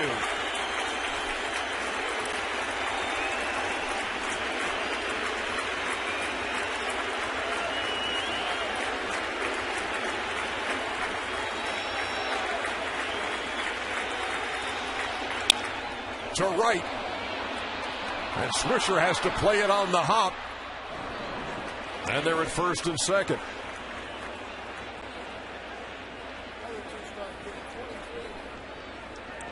This is one of those rare games where you look up at the scoreboard and you go 8 hits but 1 run, and here's a perfect example. Ball over the middle of the plate, he goes with it, first and second. You got your potential MVP at the plate, and he can get you right back into this ball game. And then you're feeling a lot better. And you saw Moreland having to hold up between first and second to see if possibly Swisher was going to make a shoestring catch. That's too many S sounds. That's tough to say in one description. But they're at first and second with 1 out for Hamilton. Dangerous, dangerous position for Sabathia right now.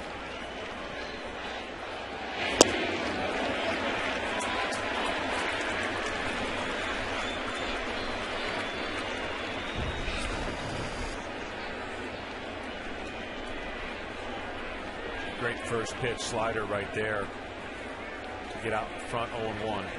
Problem is you need 2 more of those.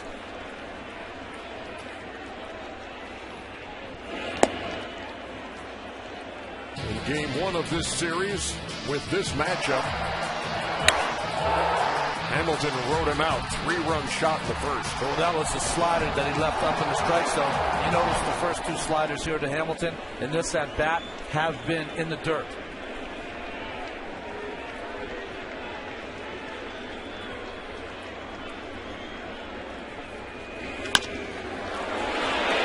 Four, 6, 3, huge.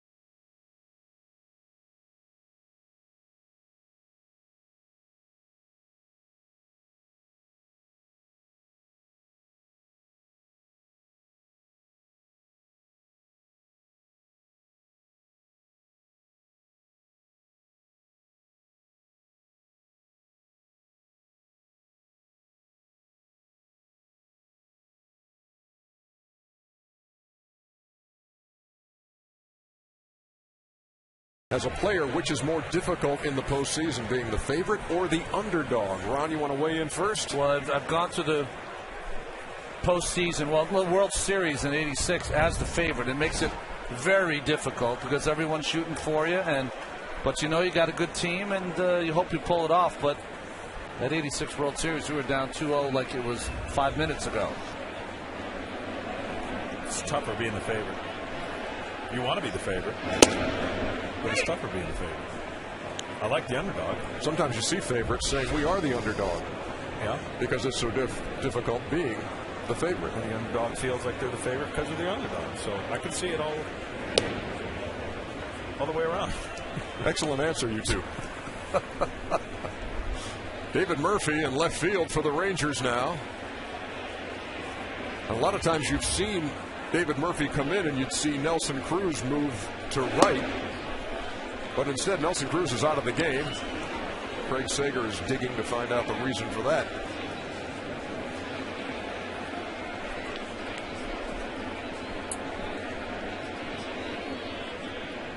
Nick Swisher leading it off against C.J. Wilson here in the fifth. The early report is a left hamstring day-to-day for Cruz.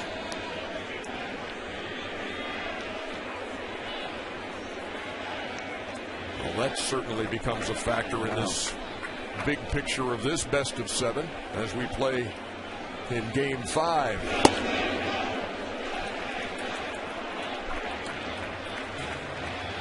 Boy, that little sinker that he threw in the first game, C.J. Wilson, that a lot of the Yankee hitters were offering at, they're not offering at it tonight.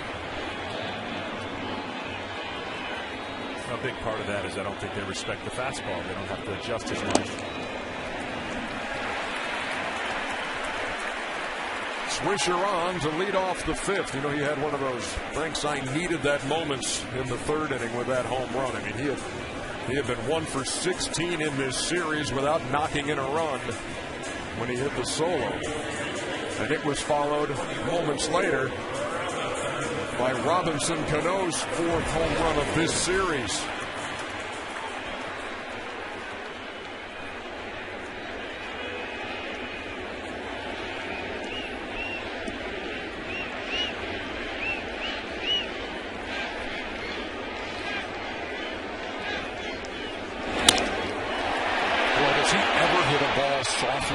Never. Hamilton wraps it up for the first out. Everything right on the barrel. Well, one thing you can't teach is how the ball comes off a player's bat. And the superstars, the ball comes off their bat different than someone else. Cano's in that superstar category. Alex Rodriguez steps in with 1 on and 1 out.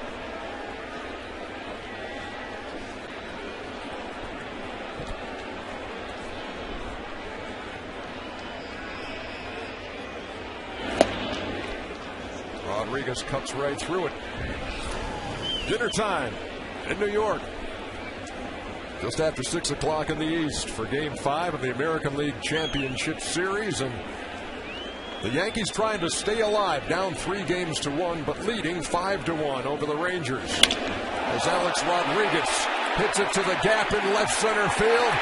And that is going to wind up in the bullpen for a ground rule double. Tough break for the Yankees, because Swisher would have scored easily.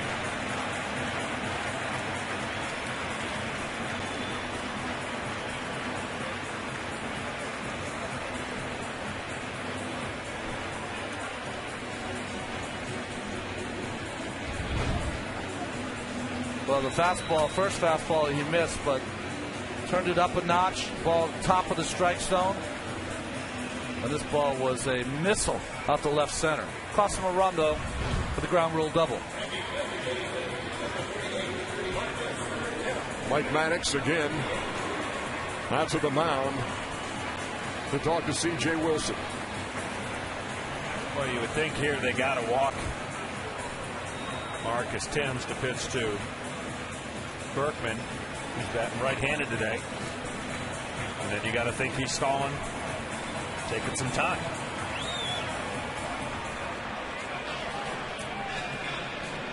Well, that's a good sign for the Yankees. It's the first hit A-Rod's had off a lefty in the postseason. 1 for 14 now.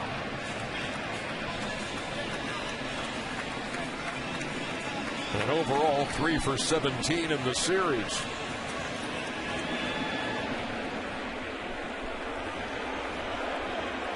Well, with runners at second and third, here's Timms. And they will pitch to him.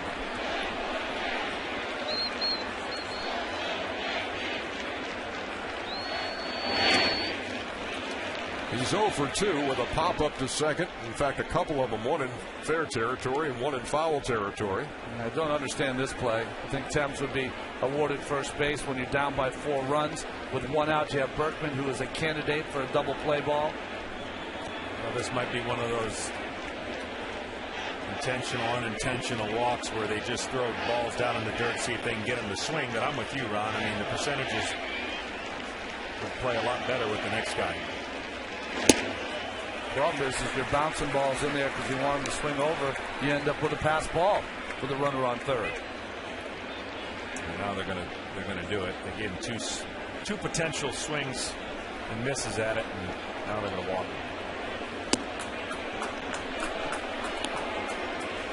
it. Goes in the books as an intentional pass, and it will load the bases with 1 out. Wouldn't it be ironic? Teixeira, who has struggled in this series, sustains that devastating hamstring injury, replaced by Berkman at first base, and maybe they'll get some serious production for Lance.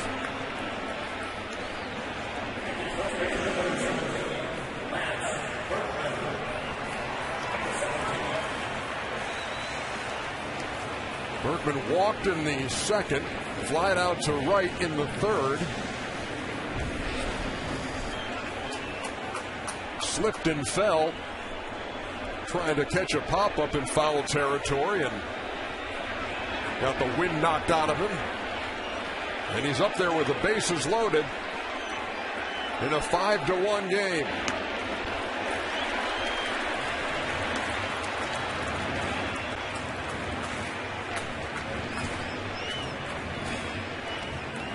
Well, you can make the argument in last night's ball game that AJ was left in the game too long. You can make the same argument here with CJ Wilson.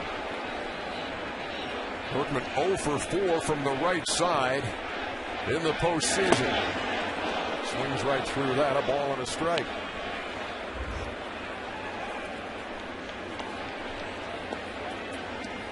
Here we are in the bottom half of the 5th inning. And the 90 pitch mark for CJ Wilson.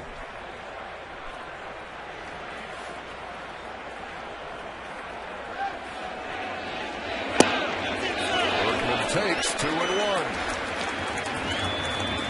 Remember off the left-hander Holland in last night's game, Berkman ripped the ball to third base that Michael Young made an incredible play in the 6th inning.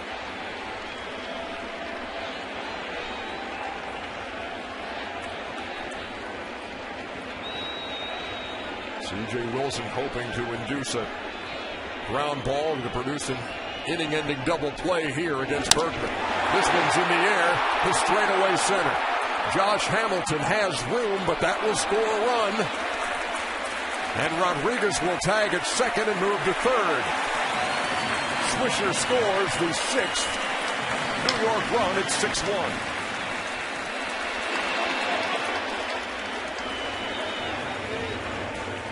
Well, when they talk about a professional at bat, a guy that knows what he's doing in certain situations, Berkman is that hitter, always has been. Great RBI guy, knows what the situation takes, doesn't try to take too much, wanting to just elevate that ball and that at bat, was able to do it. In these kind of games, John, you know, just adding on a single run here and there puts you out of reach sometimes.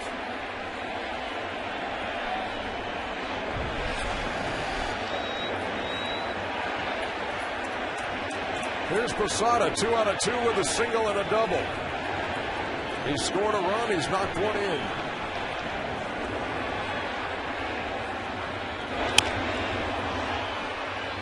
And this should be easy for Jeff Francoeur. And it is. But the Yankees respond to the Texas run with another of their own.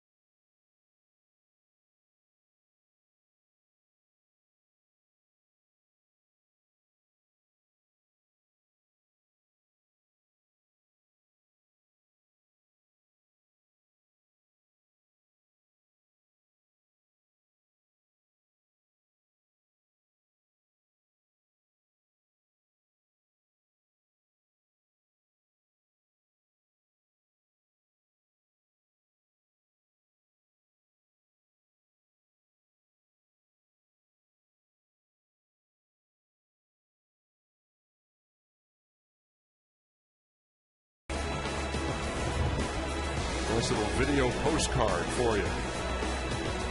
Wednesday evening in New York. Game 5 of the ALCS. Talking to my buddy Lee, he's not too happy that they're using his name without his permission. Going back to that well again. Top half of the 6th. Was it Lee card holder? Yeah. All he's got to do is pay his bills now. He'll be fine. I think he's seizing the moment now. Vlad Guerrero, after a 4-for-5 night in Game 4, is 0-for-2 with a strikeout and a line out to right. CC Sabathia working with that 6-1 lead.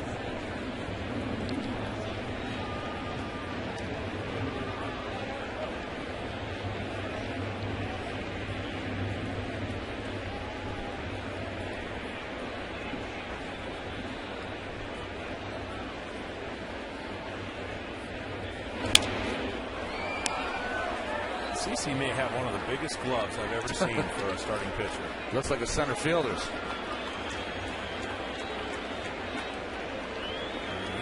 Everything disappears when he goes into that glove.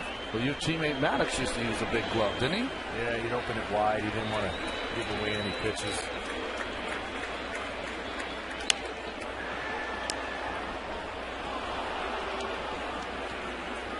Must be light, though. You don't want it to be cumbersome in your delivery, and you just want it to be natural. And it's a big glove. It's a big guy. Big man, big glove. I mean, if he had a small glove, it'd look like a mitten on him. No problem. C.J. Wilson's that big uniform, too.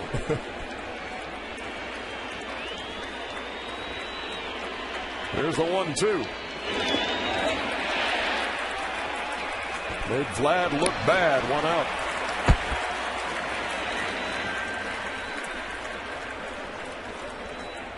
Today's pitching comparison is brought to you by Liberty Mutual. Game started with C.J. Wilson and CC Sabathia. And now CC through 5 1/3. They've gotten to him for 8 hits, but only 1 run. The difference is that he hasn't walked anyone. 4 walks for C.J. Wilson. And Guerrero was his 6th strikeout of the night. Here's David Murphy, who came on for Nelson Cruz, who has left with some tightness in the left hamstring. They say it's a day-to-day situation as opposed to the Mark Teixeira grade 2 strain. He's out and not coming back.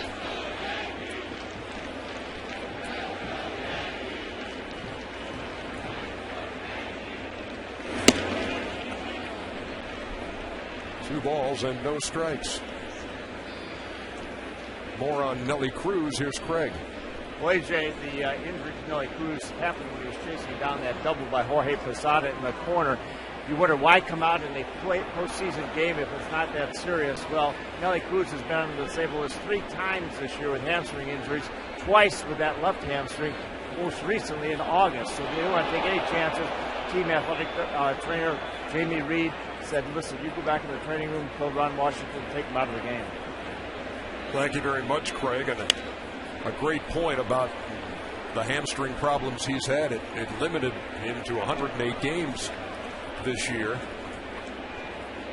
And Ron Washington thought that coming into the postseason, he and Kinsler, who had missed games also, would be the most fresh.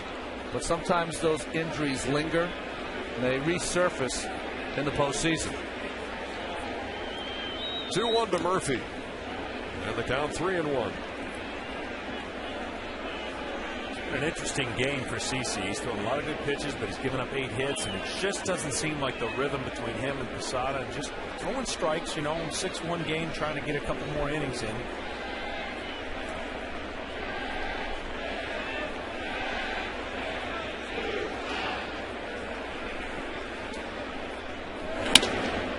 A bullet to right and a 1-out single for David Murphy. But, John, sometimes nights are like that, aren't there? There are some days you take the mound and everything can be perfect. And you and the catcher are on the same page and you feel good, et cetera, et cetera. It's these nights like this where you got to grind a little bit that you really have to summon up the things inside that get you through it. Yeah, but I think you can still do it being on attack. Yeah. Be on attack. I mean, I know that this is an important game for obvious reasons for New York. You don't want to think ahead, but be on attack. Find a way to get that rhythm going that typically he has had here at home. He's only given up 1 run. We're not that he's pitching a terrible game. It's just that we're used to him taking control of the strike zone and making those pitches be real effective. He dictates to the hitters. The elite pitchers, when they have their great stuff, and CC is an elite pitcher, doesn't have his great stuff tonight, they always win. When they have stuff like he has tonight, the team he puts his team in a position to win. And when they don't have their good stuff, they always seem to find a way to keep their team in the game. He hasn't had a 1-2-3 inning yet and has given up 9 hits, but only 1 run. 6-1 in the 6th. Joe Girardi and the Yankees trying to send this series back to Texas. 3 balls and no strikes. 2-0 changeup to Kinsler. Interesting pitch from CC there with a 5-run lead.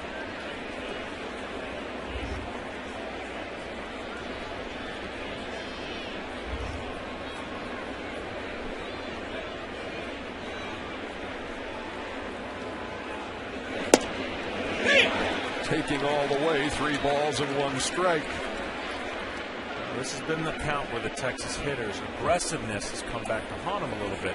Square it up. It's got to be your pitch that you like, otherwise create traffic on the bases for the next guy. The next guy is Jeff Francoeur waiting in the on-deck circle. Kinsler waiting on a 3-1. A-Rod cannot flag it down. Runners at first and second. The dive at third, but ball wound up and left. Runners at first and second with one out. 2-3-1 counts, 2 base hits. First one to Murphy, and this one on the ground. Inches away from maybe having a chance for a double play. 2 guys on and 1 out. Well, you know something's going to happen fast with Frenchie at the plate here on the first pitch, first couple pitches, and that's what CC can use to an advantage, or the Rangers can get their advantage with a hit in the gap. Francour's 0 for 2. 1 for 8 in the series. Swinging at the first pitch. It's 0-1. And that's what you do. You know who's at the plate. You can use it to your advantage and get that double play on the first pitch. He pulled it down the line foul. Use this hitter's aggressiveness and the pitcher's aggressiveness and make it to your advantage.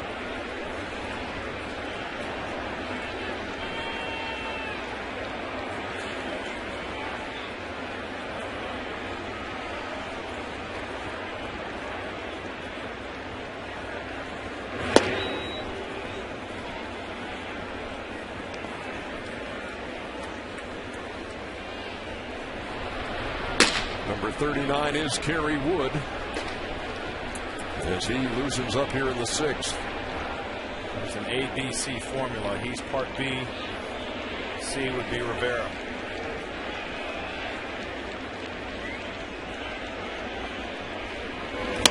Francoeur to right. Swisher plays it on a hop. And the bases are loaded with Rangers here in the 6th. Another great play by Swisher. That ball could have easily got by him.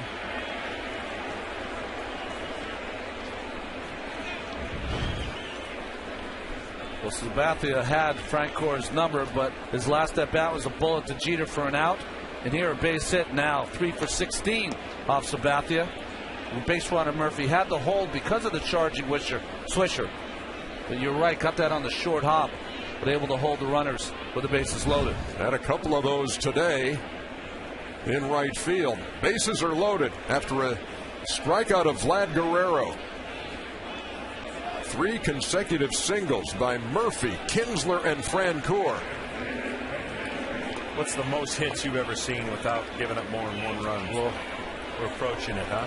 It is, and the reason is you know, they were before this onslaught of hits 1 for 11 with people on base, but now starting to warm up here late in the game.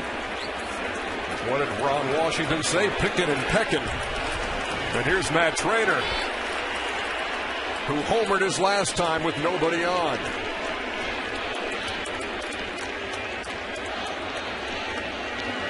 Still got a double play candidate at the plate. You can very well get out of this inning if you can find a way to pound it on the ground somewhere in that infield.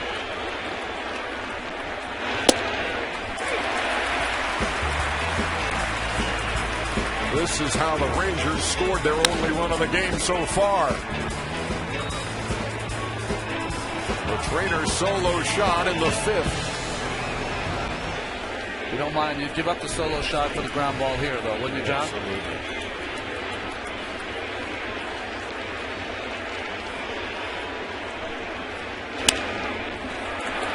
Quickly ahead 0-2.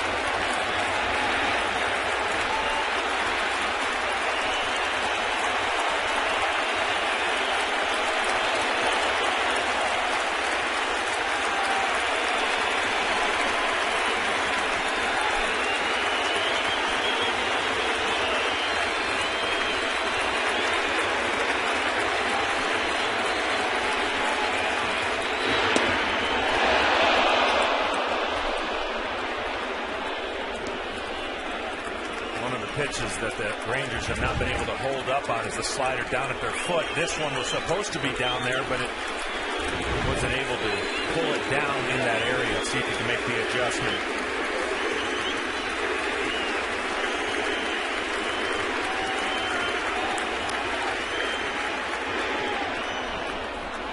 Two balls and 2 strikes to the Rangers catcher. Now, the only problem with that, Ron, is now he's seen 2 sliders. The more you see in the bat, he had him in a defensive account. Now 2-2, bases loaded. You know, as a pitcher, you don't want to go to 3-2. Get your decision right here. Whatever pitch you feel comfortable on, make it happen right here on the 2-2 pitch. No setting anybody up. He threw 2 changeups the first 2 pitches for strikes. You would think he'd go back to that pitch here.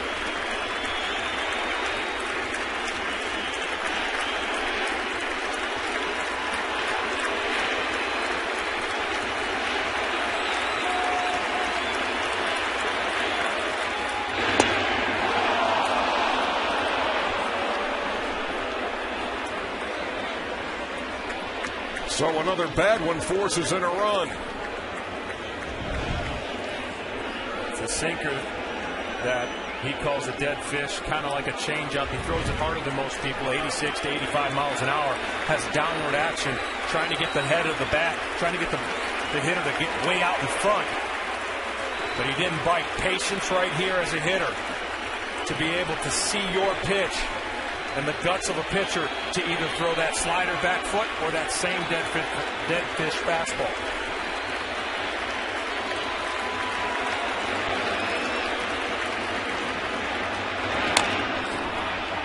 Little tapper foul. And everybody takes a deep breath. Pick and peck, Ron Washington said. They're right in the middle of it.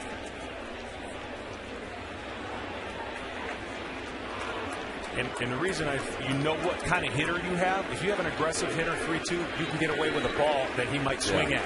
If it looks good enough in the zone, so he could throw that slider that's been pretty effective.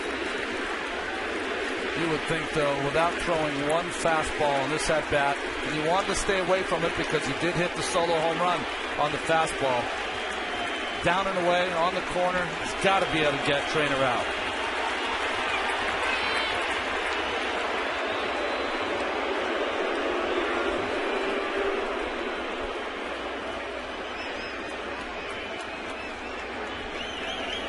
Guy's battling out there.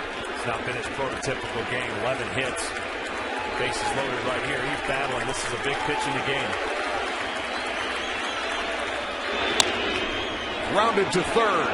Rodriguez will go to first as Murphy scores. And it's a 6-2 game.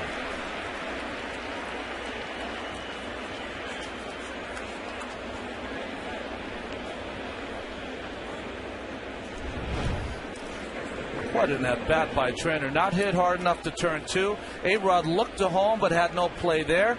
So almost like a football quarterback, had three options on that play. Double play, could not do it, could not go home. Proceeded to first with a big lead to at least get it out. We had kind of an odd angle there. It looked like he could actually tag the runner and then possibly have thrown to first.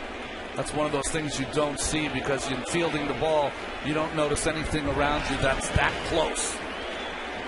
Right here, if the Rangers are able to get a two-out hit, which they have done, that would make this game a lot more interesting as it plays forward. Strike one to Mitch Moreland, who struck out and singled.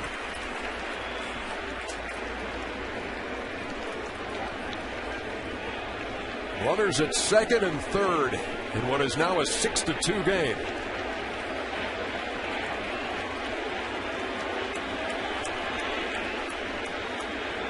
Moreland has 3 RBIs in this series and 4 in the postseason. And he's done that out of the number 9 hole in the Texas lineup. I've got a ton of respect for CeCe. In a game like this, you want to come out and set the tone.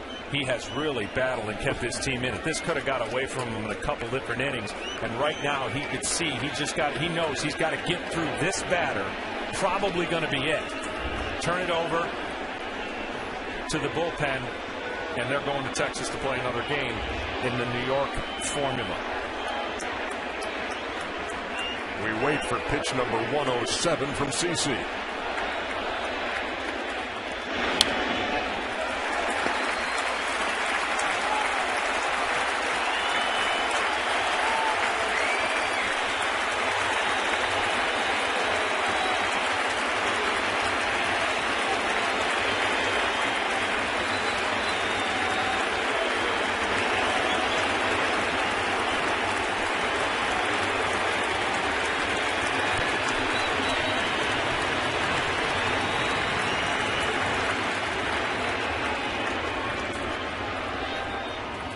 There's just been so many of these meetings. I mean, this is important times, and you want to make sure you got it straight. Guy on second.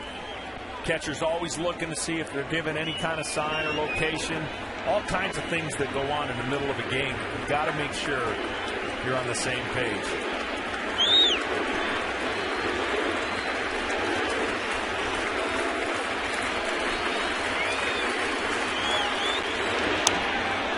Just reached out and stayed alive. They have been so good with 2 strikes, this Texas team, just battling in the at-bat, try to fall off the tough pitches to get a pitch they can hit. 23 2-strike hits in this ALCS. To put it in perspective, Reds, Phillies, NLDS, the Reds, 2 for 50.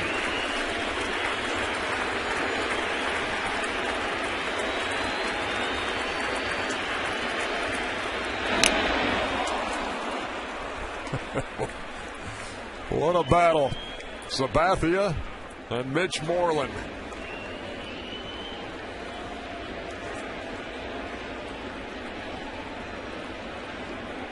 .30-pitch inning for CC Sabathia.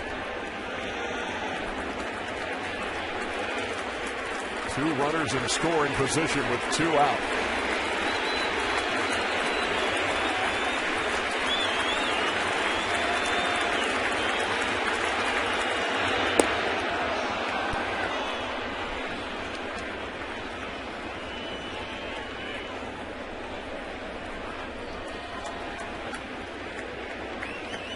We talked about quadrants and pitch recognition. Low fastball that you get to foul off, that pitch might have more effectiveness. But a high fastball followed by something real low, you need a real aggressive hitter to swing at that.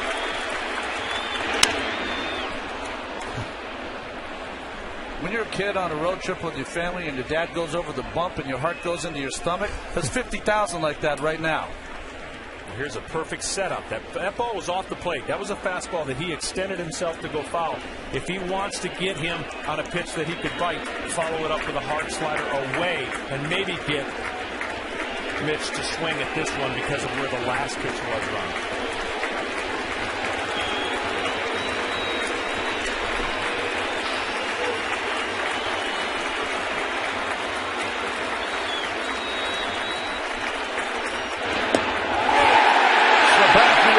The battle of wills.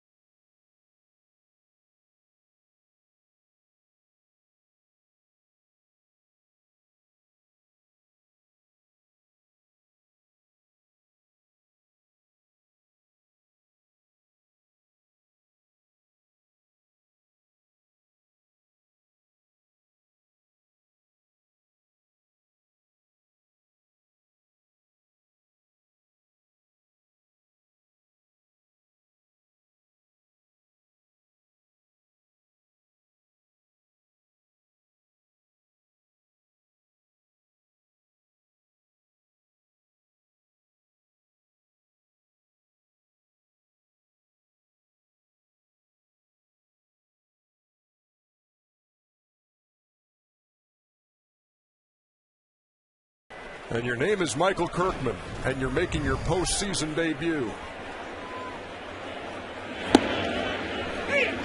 Want to take me inside the head and the heart and the stomach of this guy right now? Yeah, he's probably going, phew, I warmed up 4 different innings. I think one of the things that's more difficult for him is Kirkman has been a starting pitcher in the minor leagues. So Ron Washington wanted to start him off in a fresh inning, but still, you must feel like your heart's beating about 180 beats a minute, and you feel like you're throwing harder than you've ever thrown in your life.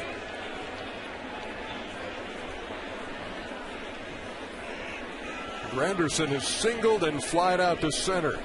Knocked in a run in the second inning.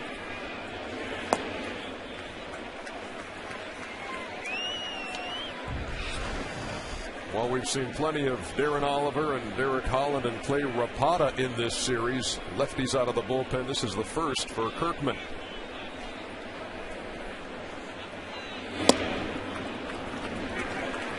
When you think of lefties, got to think of the unsung hero yesterday, Derek Holland, 3 2/3, 5 2/3 scoreless innings in this ALCS so far this postseason. Granderson goes the other way, and that ball is off the wall.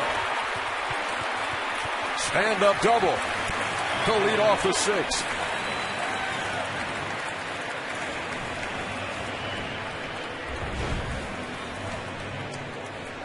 Oh, you see the ball coming right in your living room. One of the things Mr. Kirkman deals with and has an issue from time to time is some control. 10 walks in 16 1/3 innings in the regular season. And there he got ahead 0-2 and had to work the count to 3-2 and got a hittable pitch for Granderson.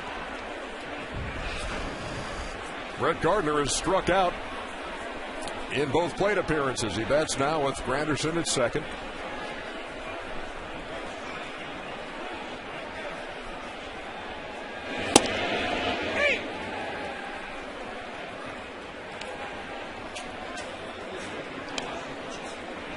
If you're just joining us, the Yankees scored 3 in the second, 2 more in the third, and 1 in the 5th against starter C.J. Wilson, who walked 4, one of those intentionally.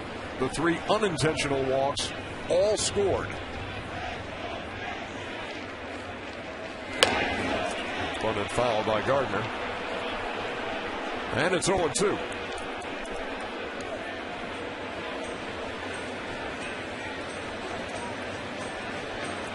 See if he can. Last time he got 0-2, he got really quick with all his pitches, pulled him out of the zone, never got anything enticing for the hitter. 0-2 here. See if he can get his slider more over the middle of the plate and get a swing and miss strikeout. Gardner has struck out twice in this game, both on fastballs down and away. Been a hard time against the left-handers reaching that outside corner.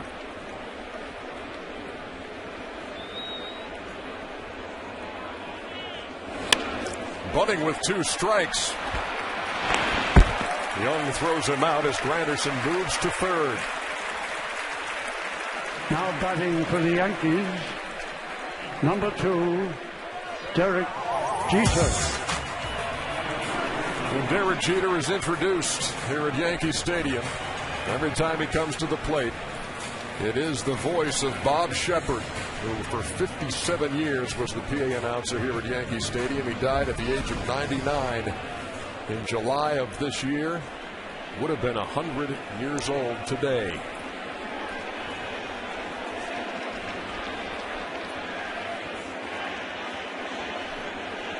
And they remember him every time they put the pinstripes on.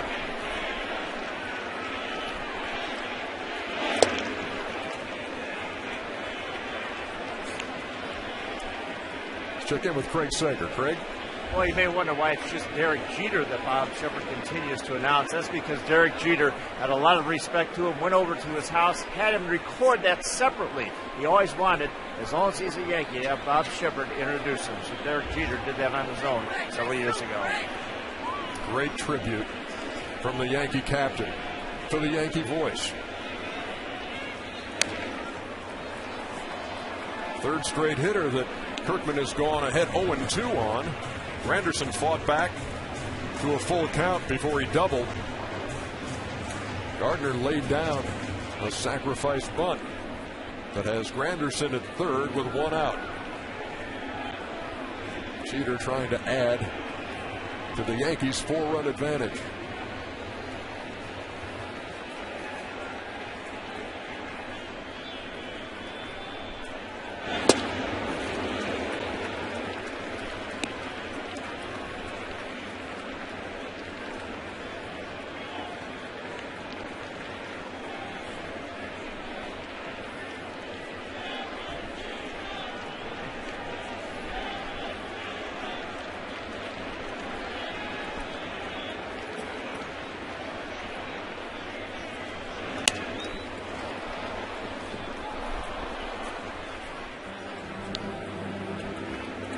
Seeing him come in the game reminds me of my first postseason at bat.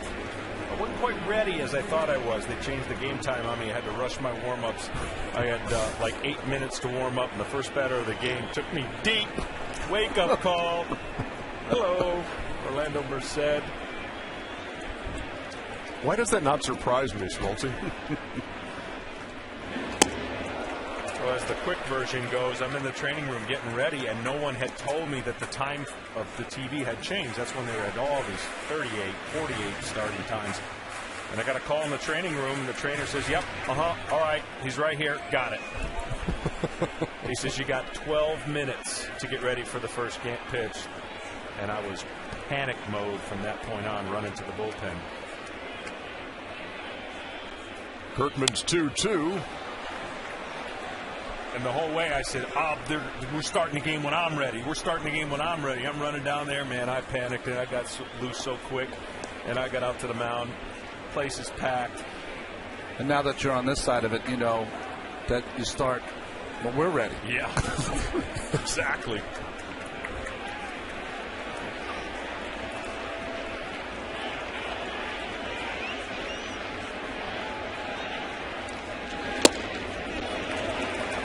The count full to Derek Jeter.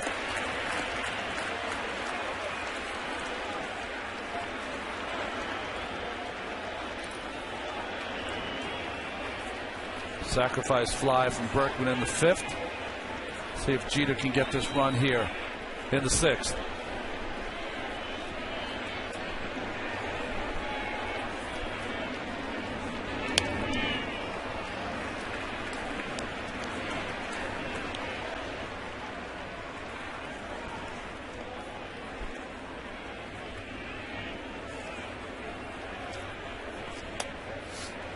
The veteran Derek Jeter facing the rookie left-hander, 24-year-old Michael Kirkman.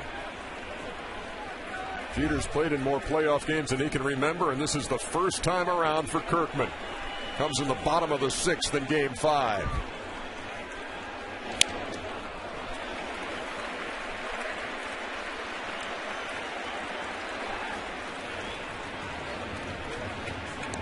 Well, I was going to say, what an at-bat by Jeter, but it becomes redundant that for a while, isn't it? Just able to rise to the occasion, almost like he wills himself to get the runner in or get a hit. In all 3 at-bats tonight, Jeter has grounded to the Rangers shortstop Elvis Andrus. That will not stay in play, and the count 3-2 to Jeter. He's gotten 0-2 on all the guys and really has not obviously put somebody away with a pitch. But if he's going to do it here, he's spoiled a lot of fastballs, slider, something down.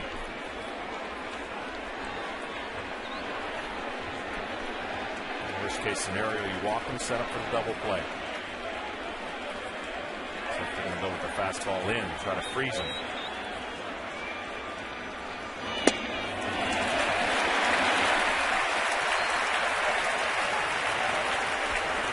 Around the corners with one out. Catch all the action of the 2010 Major League Baseball postseason on TBS and Fox.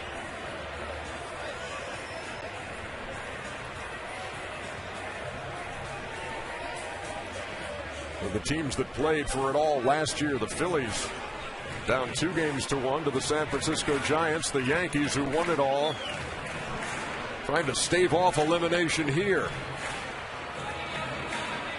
and send this series back to Arlington, Texas. Cody Ross having a decent postseason so far, isn't he? Wow.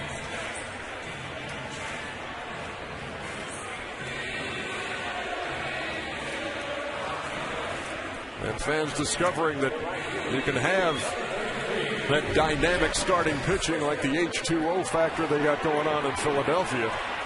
And it's not a given. Here's Nick Swisher. Homered in the third. Walked and scored in the fifth.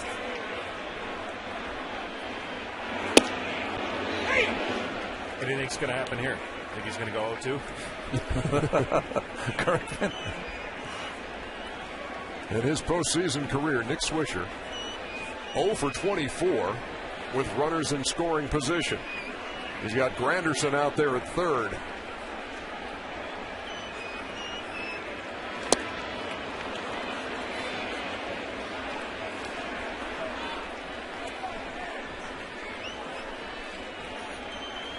How about that, Smoltz? 0-2. 0-2. The hardest part of the young pitcher is trying to throw a better pitch than the one he just did. He doesn't need to. But your body and mind says, okay, put him away, put him away.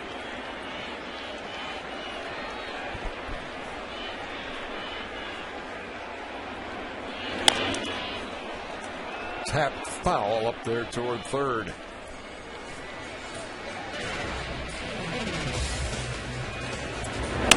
This was Swisher in the third. Nice job pulling his hands in there on a fastball in, and no doubt about it. And moments after that, Robinson Cano put one in the seats in right. And at the time, it was a 5-0 game.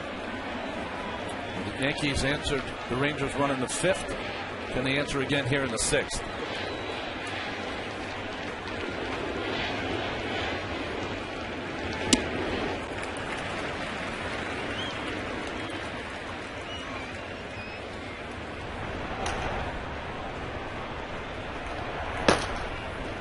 The submarining Darren O'Day.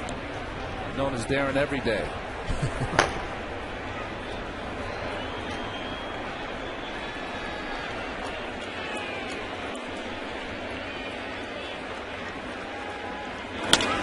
Boy, that's hit hard, but Kinsler made the play. And there's 1 and 2. And Michael Kirkman gets out of his first inning of postseason play as we are in the 7th.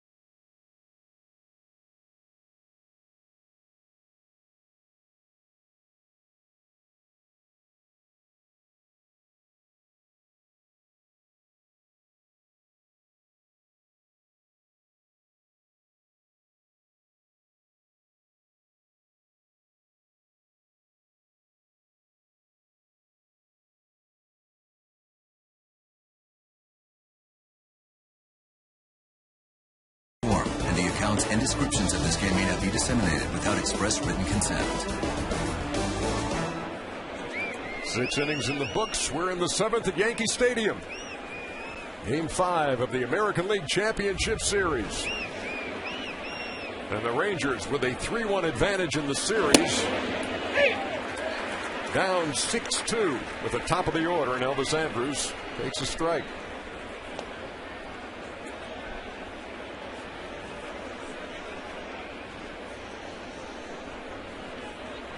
Kerry Wood on in relief of C.C. Sabathia. Well, when he came over to the Yankees, it did not allow an earned run from August 6th to September 26th. But in the postseason so far, he has been semi-hit and miss. When he's come in, he's either had commanded that fastball and has really rushed through these lineups, or he's had the inability to throw strikes.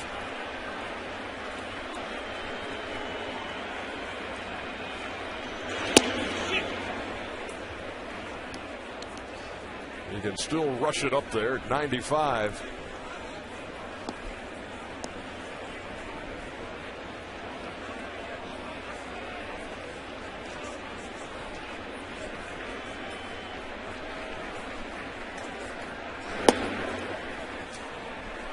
Kerry has said that early in his career, when he was on some of those real good Cubs teams, just assumed that at some point he'd play in the postseason with them.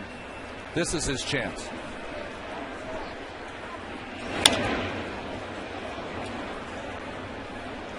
The man who's his manager now, Joe Girardi, was his catcher for a time with the Chicago Cubs. Girardi says that Wood's slider right now, well, back then, was as good as anybody as he'd ever seen. He said his command now is better than it was when he caught him in the Cubs uniform. 3 balls and 2 strikes. Craig. Well, Kerry Wood was a 20-year-old rookie when he struck out 20 batters in Wrigley Field against the Houston Astros. Everybody thought he was destined for greatness, but he's been able to disable this 14 times. He tried to barehand that one, and Andrus is on for the 3rd time tonight. Well, John, no need to barehand this. He could have backhanded this would be the play. Andrus was fast, but not that fast. Just a little backhand here with the glove would allow him the opportunity to make the play. You see a lot of pitchers go after balls with their bare hands, and you can risk injury, and you usually don't make the play. Kerry Wood falls off the mound towards the first base side, and it makes it awfully difficult for anything almost hit to second base on the left field side to turn around and spin. And fast runner, he pretty much felt at the time that was the only way he was going to make the play. Not hit very hard. And Andrus, who makes a living out of infield hits, has his 2nd one of those of this game to lead off the 7th as Michael Young takes a strike on the corner. Young has a single in 3 trips.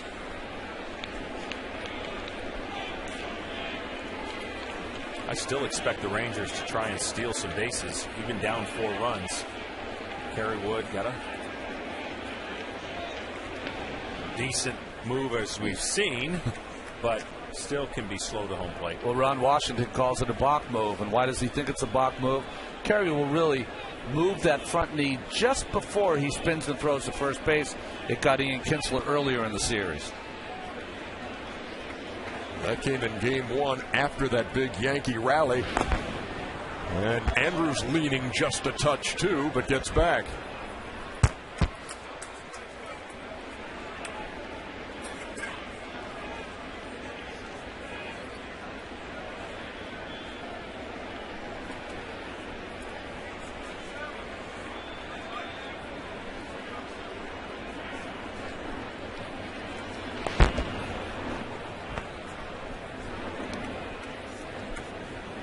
Now you're thinking, okay, that's the limit. He won't come over for it.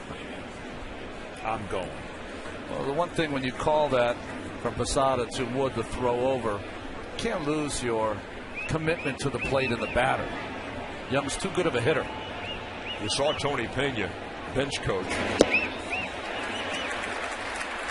And he's the guy who, when Kerry Wood did pick off Ian Kinsler, he's the guy who gave the sign from the dugout for Wood to throw over. See, Tony Pena is saying takes 3 strikes. Yeah. Posada, when he caught that ball in the dirt, tagged Young because he thought it was the last strike. So having a moment with Posada with all this pressure. The count is 0-2.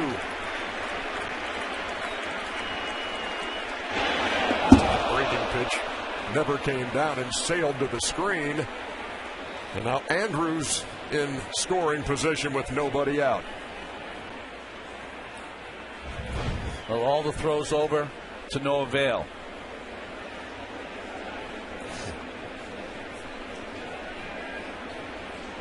We've all had a few of those, huh, John? Sure. Just trying to break it 10 feet instead of the 3 feet.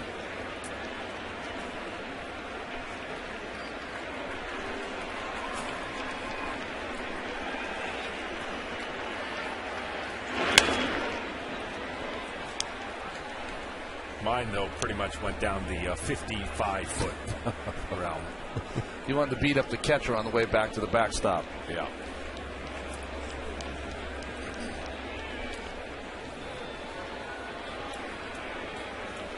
A-Rod back. Big leg kick from Wood. Andrews, who stole second base with 2 outs earlier. This is not a bad time. Pick and peck.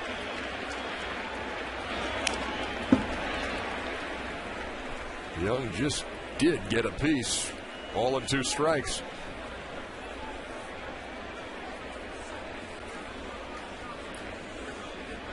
The problem you have is Young is trying to protect.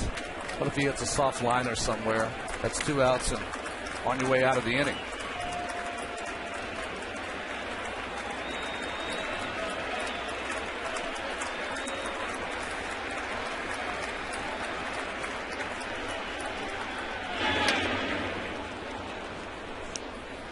Young spoils another one. And the 20th meeting at the mound is about to happen. I don't know about you, but I really did not like the catchers coming out too often. Once you got, a few years into your career, you would hope that you'd make the adjustments yourself. Although, you like the catcher coming out if they're going to change the signs if he thinks the runner on second base has got them. Yeah, I always told my catchers, if you notice something a hitter's doing to change his approach of what I want to do, come tell me. If he's shorting up on the bat, if he's moved up on the plate, any of those things I can't really see when I'm focusing on trying to throw a pitch. Other than that, you pretty much know what you're doing. He threw it past Young at 93, 1 down.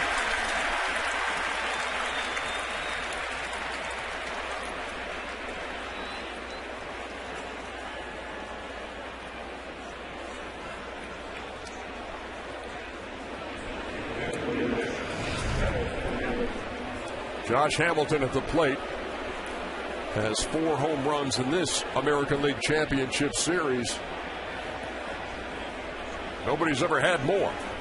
Who's going to get there first?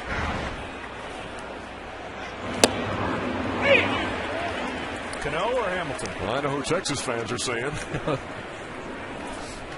They went deep in his last 2 at-bats last night.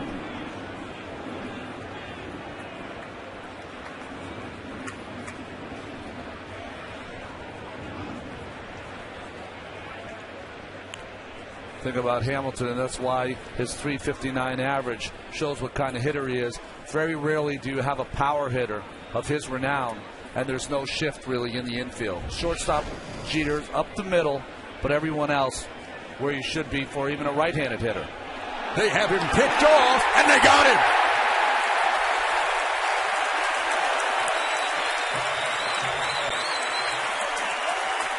Andrews leaning at second. And Wood gunned him down. Cardinals sin to be picked off. Nice move by Wood. Picked off with your best hitter up at the plate. A chance to get 2 runs closer. What a brilliant play by Jeter and Wood. Beautiful timing.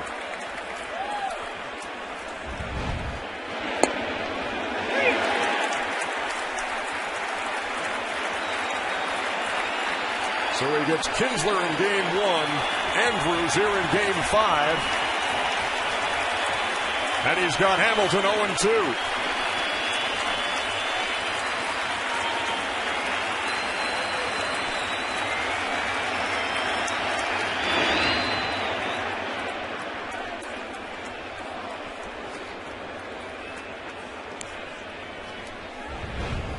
This is just a spin move to keep him close, but once they saw him moving, Wood with the throw on the run, or on the move, and Jeter coming up behind him. This play can only be made because he's playing up the middle against Hamilton. He can come straight in and not across.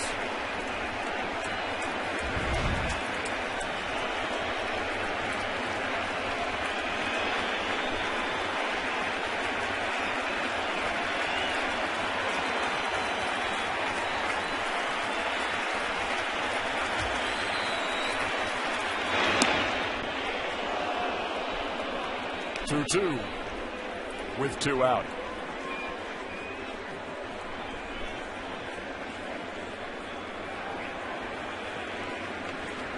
They clipped the antlers here in the 7th.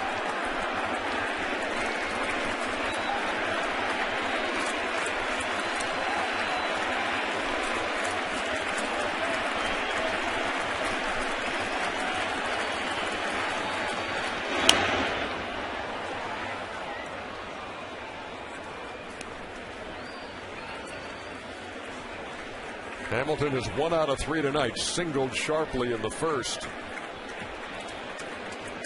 Line to short, and in the 5th it into an inning-ending double play. There's C.J. Wilson, who was not the same C.J. Wilson we saw in game 1.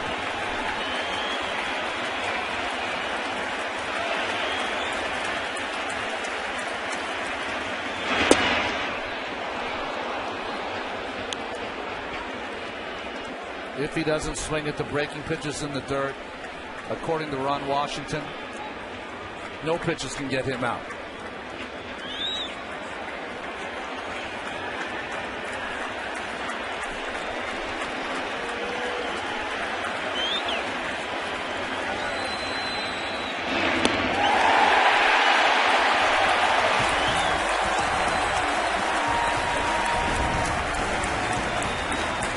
They're all smiles in New York.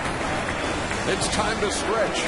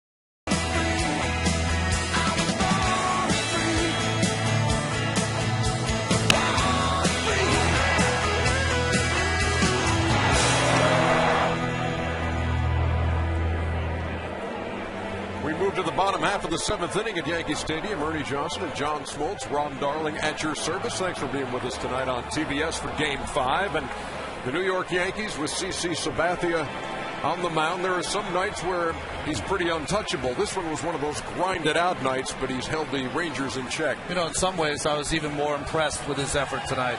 In a game that they can be eliminated, did not have his best stuff, but plowed through anyway, and that's what makes CC one of the elite pitchers. He got the ball to Kerry Wood. Kerry Wood got the job done with the inning-ending double play. Yeah, the formula is pretty simple for the Yankees today. Get to Mariano Rivera. They haven't been able to do it, and they're going to do it in multiple innings, possibly. But what a battle for CC to go out there and really deal with what he had on this given night and not cave in and not give up too many runs. But also, in some ways, even more impressive, these Texas Rangers in a game that they got behind early, and they just kept plugging away and putting base hits out there. They have not gotten the big hit, but you got to be impressed with their ability to stay in this ball game and try to make it close. Ron Washington and the Rangers bidding for their first trip ever to the World Series. Franchise has never been there. They're a win away, but trailing tonight here at Yankee Stadium 6-2.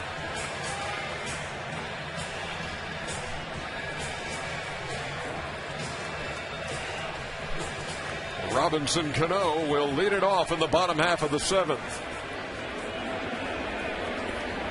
He homered in the 3rd. He's 1 out of 3.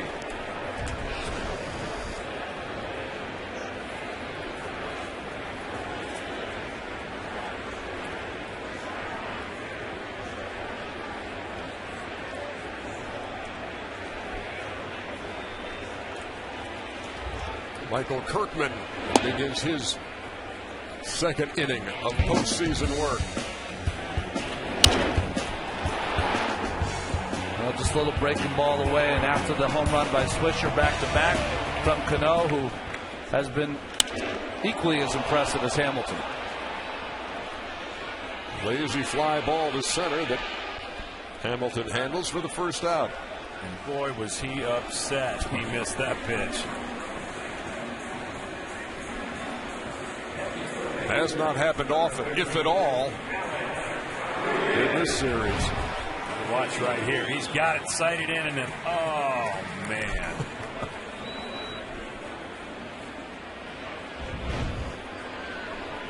Here's Rodriguez. Walked in the 2nd and scored.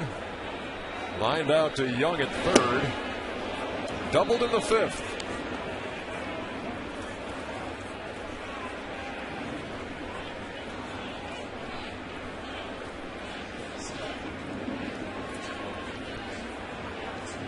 Rangers have out-hit the Yankees 12-7. They trail 6-2.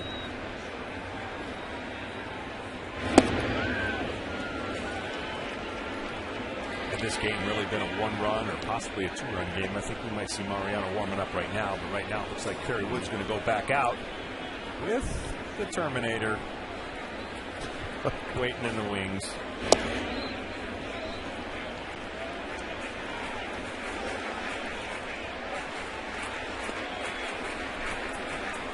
Yeah, we saw Rivera in game 1 of this series, closing it down after the Yankee rally, and haven't seen him since. Louisville Sluggers happy. Haven't had to resupply the Ranger bat rack.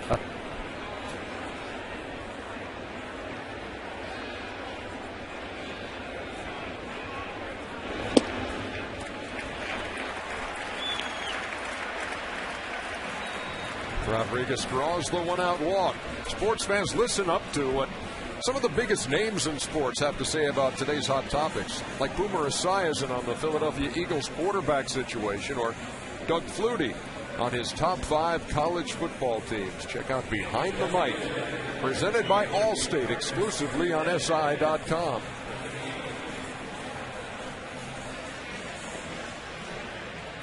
Is that a computer thing? Yeah, that'd be a website. Yeah, okay. SI.com. Just checking.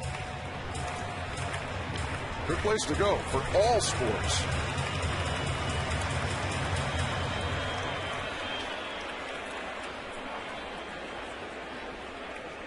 Marcus Timms has popped up a couple of times, was walked intentionally in the 5th.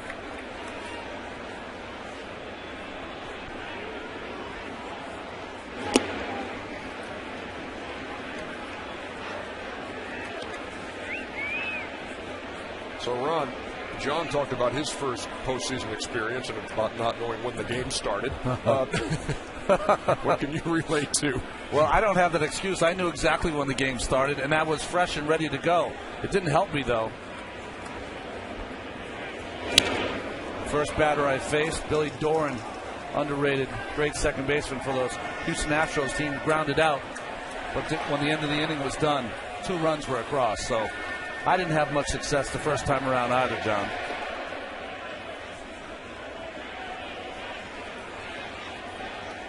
Michael Kirkman getting his first taste of the postseason here tonight. He allowed a leadoff double to Curtis Granderson. He walked Derek Jeter, but he got Nick Swisher to ground into an inning-ending double play. Here he's walked Rodriguez with 1 out.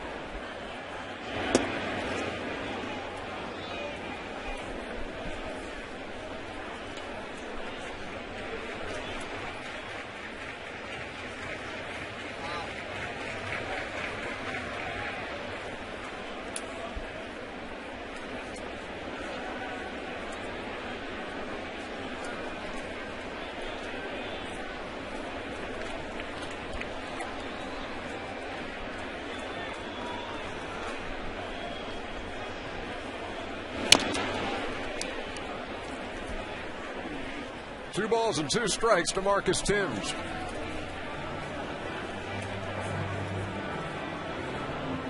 Play Rapata in the bullpen for the Texas Rangers.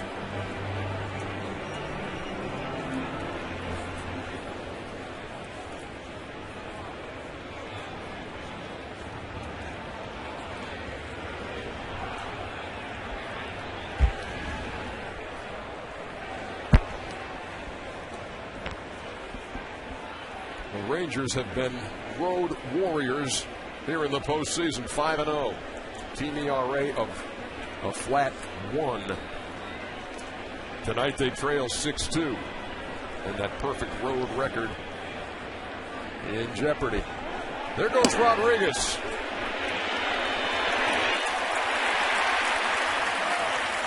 Stolen base here in the 7th. You said he'll pick his spots, and he did right there. Doing a lot of faking over there at first base and finally took off. Good pitch for Trainer to throw, but he almost drilled the pitcher Kirkman throwing that ball to second base on 1 hop. One of the hazards of being 6'4". Boy, just got in under that tag.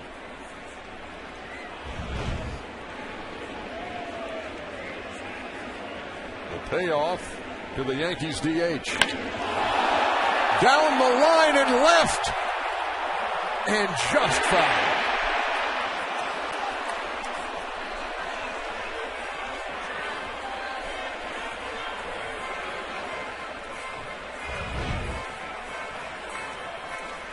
This one's pretty much a no-doubter. That's not a Berkman. No. Jim Reynolds goes from the right field line with Lance Berkman last night to the left field line. This one easier to call. No review necessary. And we wait for another 3-2.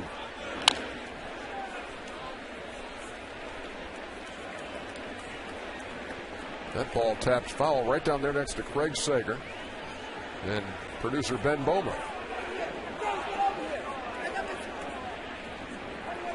And Ben graciously has the ball taken from his hand. Worthy recipient. That's outstanding. No, Ben had every intention of finding a worthy recipient for that ball, and a young Yankee fan got it.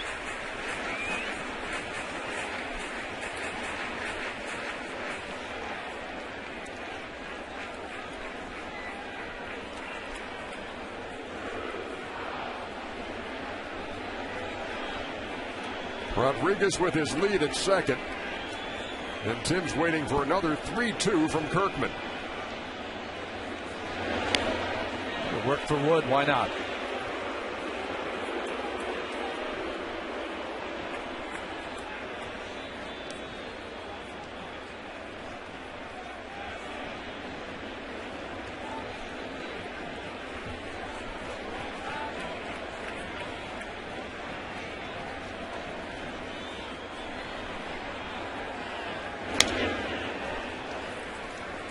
Timms has been right on a few pitches, fouled him straight back to the screen.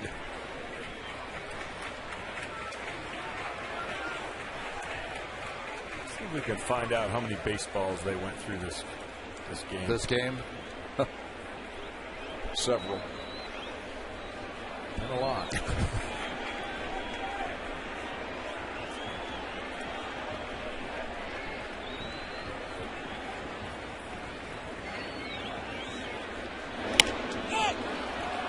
Well, he gets him to pop it up, and not very high as Kinsler had to come charging in to make the play. 2 down.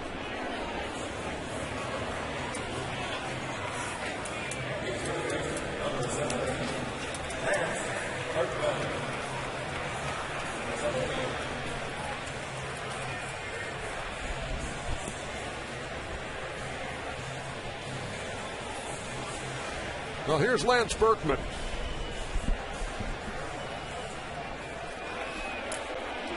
Starting at first base tonight because of the injury to Mark Teixeira. That was a costly loss for the Yankees in Game 4. Lost the game and lost Teixeira, who, despite the numbers, he was 0 for 14 in the series. But still, the presence of Mark Teixeira defensively and just in that batting order. Oh, there's so many more things that you lose with not having him in there.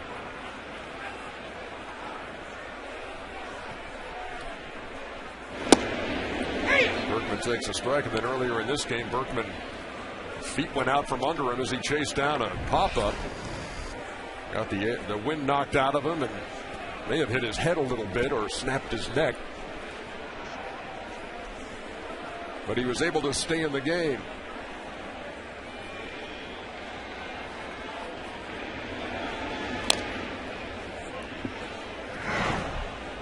Here was the scene in the 4th inning.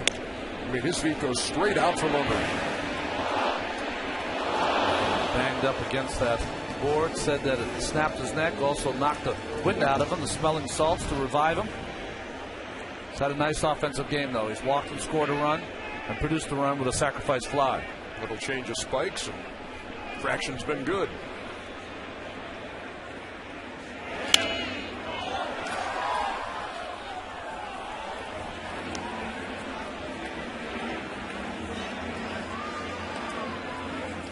Hard to think he could generate that much speed with that little time, but when you go from one surface to the other, he'll get ribbed about that quite often. The Yankees continue to win.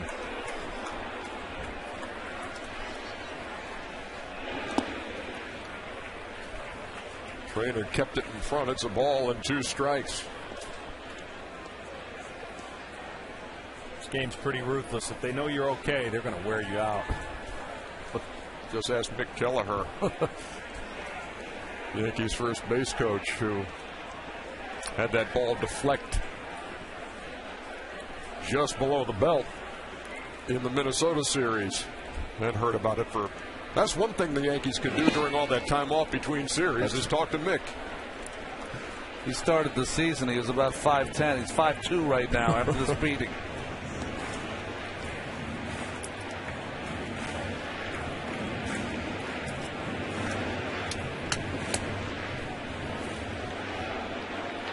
Two balls, 2 strikes, 2 outs.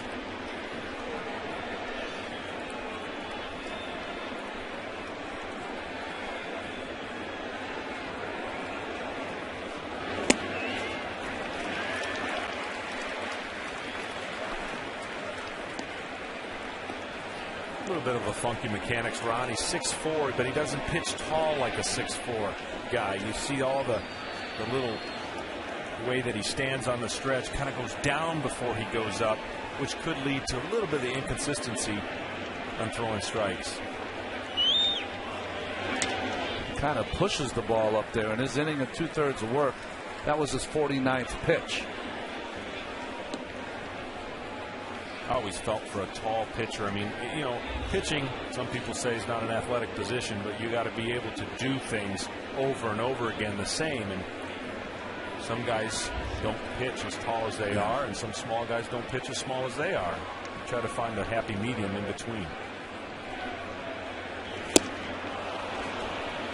Kirkman strikes out Berkman, and that ends the 7th.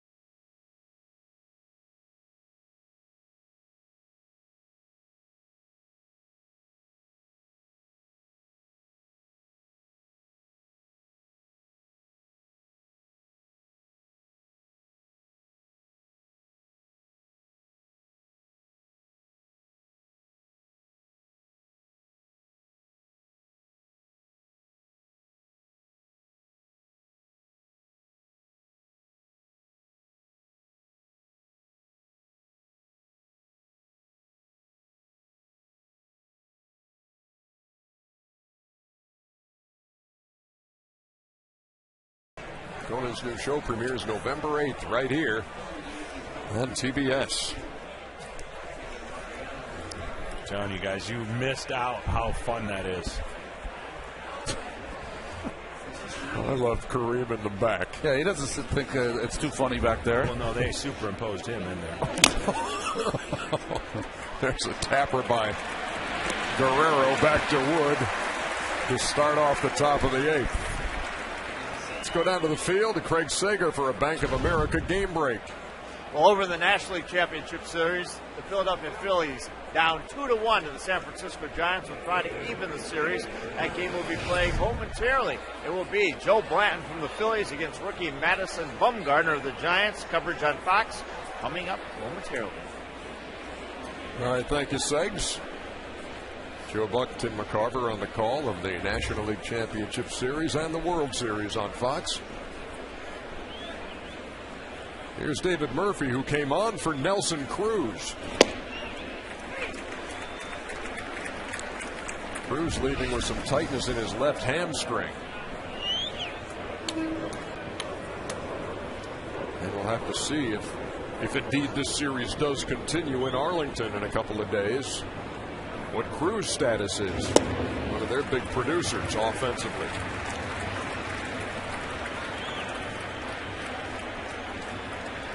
Kerry Wood working in his 2nd inning.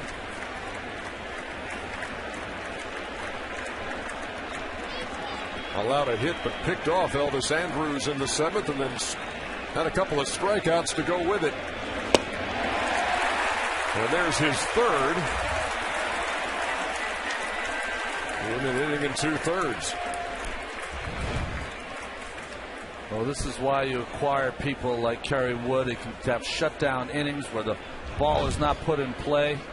You have bench guys like Lance Berkman and Austin Kearns that came late to the season.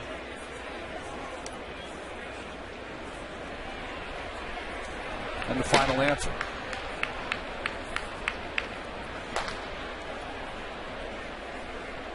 Everybody's available at this time.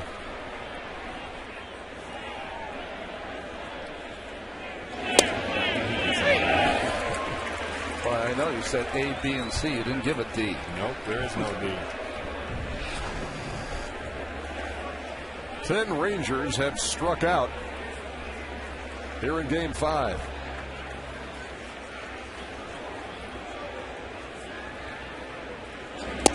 Jeff Francoeur, the only starter who has not.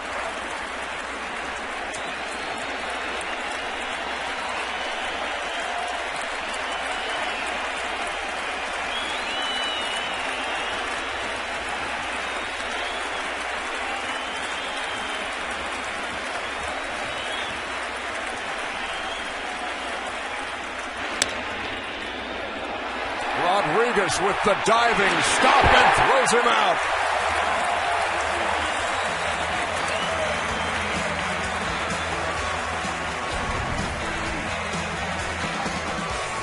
The Yankees 3 outs away from a return to Texas.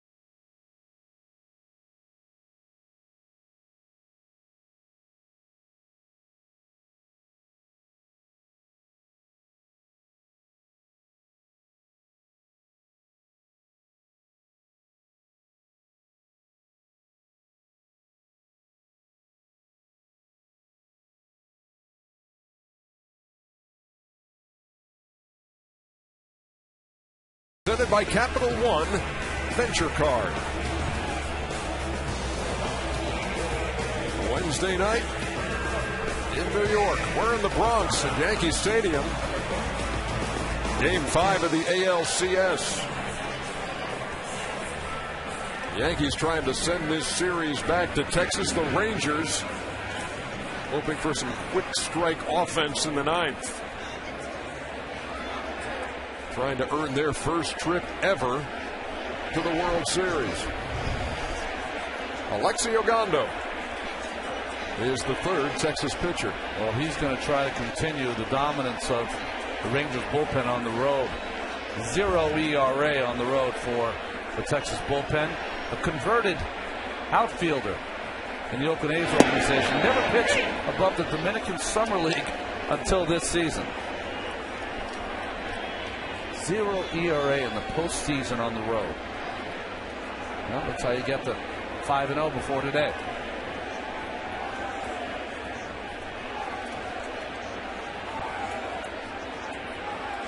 Posada waiting on an 0-1.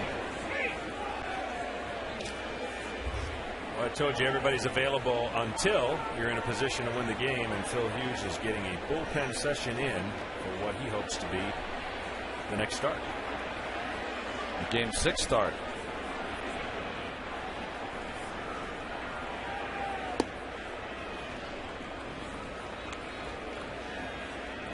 What's that man? Colby Lewis. If things stay as they are, then you're looking at Hughes and Lewis. Game 6. He does something that not a lot of people do. He strikes out right there. He throws twice in between starts, Ron. That's a lost art for a lot of pitchers. Didn't you guys used to do that in Atlanta sometime? Yeah, all the time. There they are. Phil Hughes, who was lights out in Arlington until this postseason start. Well, here's Curtis Granderson with one down in the 8th.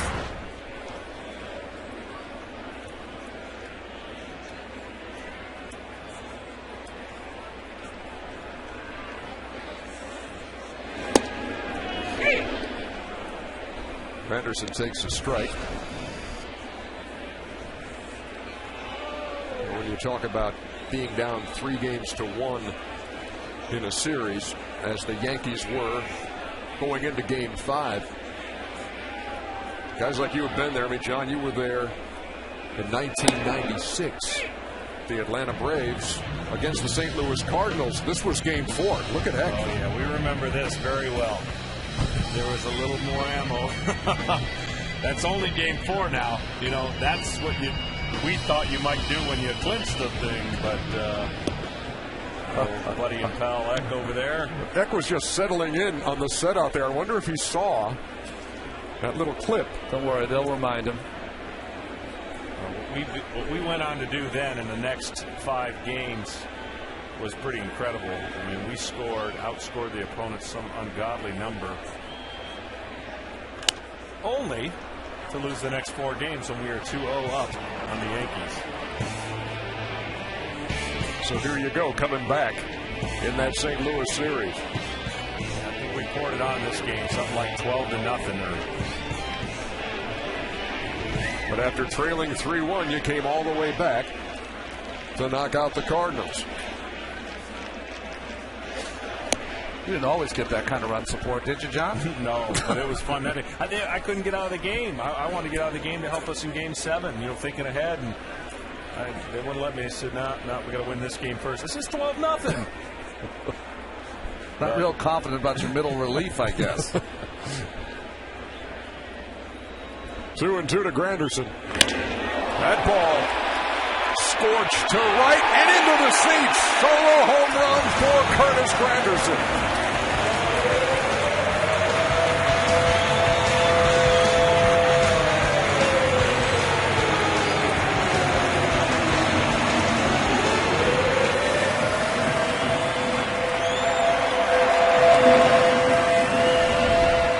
They got out of here in a hurry. Man, there's just something about this park and feeling comfortable as a hitter. That wall is very, very reachable. And a home run for Curtis, as he has just been really good, not only today, but in the playoffs. Brett Gardner takes. Well, I know Reggie Jackson's in the ballpark. That was very Reggie Jackson-like with that line drive to right field. Just was handed the note, Ernie. We outscored them 48-2. We being the Atlanta Braves over the St. Louis Cardinals in the next 5 video games. that we referred to.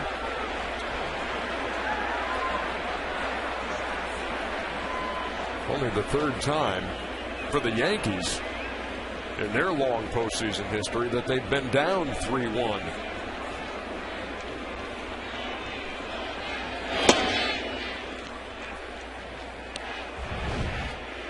You just look great balance, turn, burn, and there it goes. Line drive.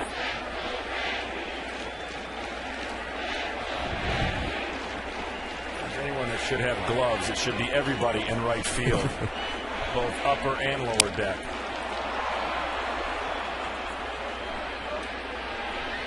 There's the second out of the 8th. TBS this November. Welcome to college. For these 4 freshmen, the rush is on. Don't miss the series premiere of Glory Days, November 16th at 10, 9 Central, only on TBS. You know they spelled that wrong, right? What?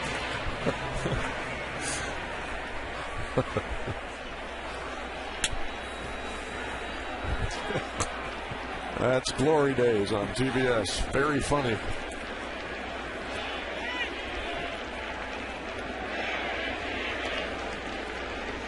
Here's Jeter. 0 for 3 with a walk.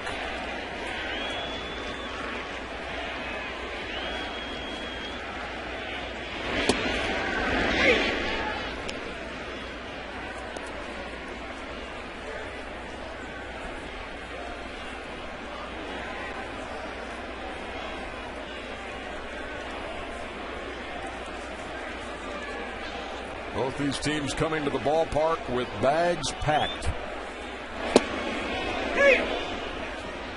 Yankees fully ready to return to Texas. Rangers knowing they either clinch the American League pennant tonight or at the very worst be heading home for Game 6, and if they need it, Game 7 in their own ballpark, the Rangers ballpark in Arlington, after tomorrow's travel day. It's a strange phenomenon, though, with added pressure. The Yankees hold on to win this game. It goes back to Arlington, but the Rangers have been in that position before in the ALDS against the Tampa Bay Rays. Going home, a chance to clinch, couldn't get the job done. Well, if you're Colby Lewis, you can be a hero to Cliff Lee by winning that game and setting up your ace to pitch Game 1 of the World Series. You got Cliff Lee in the wings in case it doesn't get done in Game 6, but that's a great position to be in to set up your team for a better chance in the next series.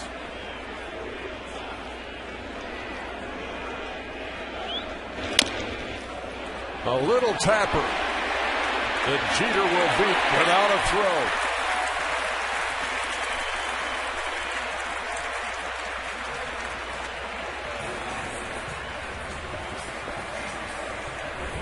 Got to enjoy those base hits. Full swing. Goes about 40 feet down the line. No chance for Ogando to make that play.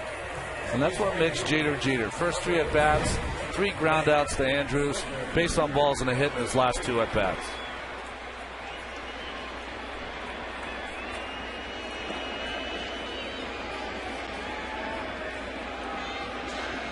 Now here's Swisher, who for the first time tonight turns around and bats left-handed against the right-hander Ogando.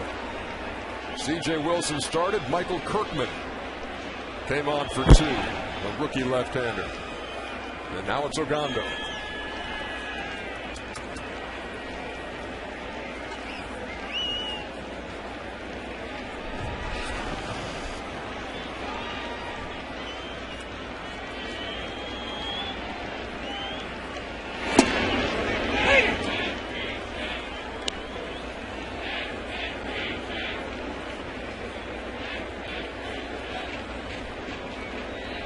Hitting coach Kevin Long and Alex. You know, we've talked a lot about Kevin Long and how he's helped guys out. He's helped Swisher out. He's helped Granderson out, Teixeira at times. Don't forget he helped Joe Girardi out as well. He had a drill that they were doing in the cage, and Girardi took about 15 swings and went deep on the last one. We were kidding Joe about it, and he said, well, honestly, the only reason I was doing the drill because he wants to bring it back home and teach his kids.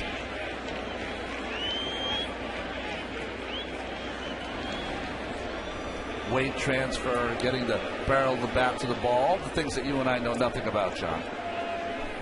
We know a little bit about it, and that's only we want to do opposite of what those guys are trying to do.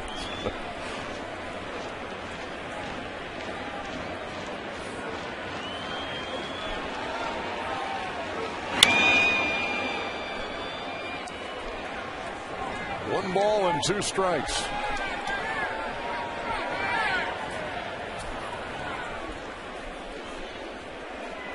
Did you ever go deep? Play? I did, but to tell you the story, I went deep in 2 successive games. So that tells you how many dry periods there were before and after. And the only reason a guy like John would ask a question of a guy like you, Ron, would be, oh, really? Because I went. No, there's nothing there in there. There's nothing in there. How many times, John? I don't even remember. John, how many times? I don't remember the 5 times I did it. I have no recollection of the 5 times. But you're still bitter over the fact that Tom Glavine has more silver sluggers than you. Well, actually, one of them is over as there's a pitching coach in this stadium that I hit one off of. Kinsler gobbles that up. And we head to the 9th at Yankee Stadium.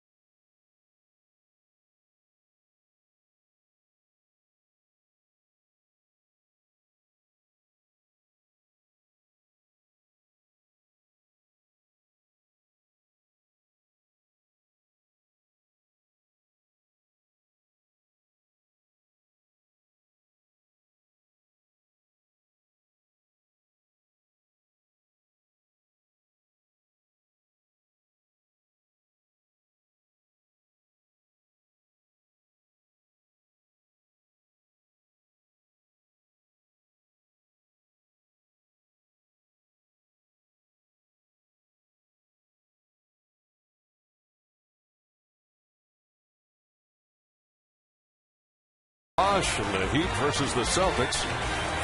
Rockets and the Lakers on Premier Week, presented by Autotrader.com in 6 days on TNT. Top half of the 9th inning at Yankee Stadium. And with a 5-run lead, Mariano Rivera is on for New York. Yeah, I don't feel good about this.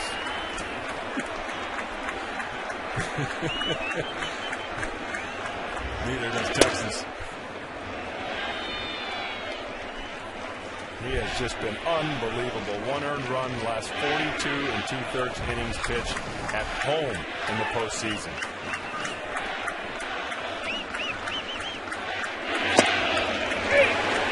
Ball and a strike to Jeff Francoeur. 42 career postseason saves, ERA of 0.72. In his 137 and 2/3 innings.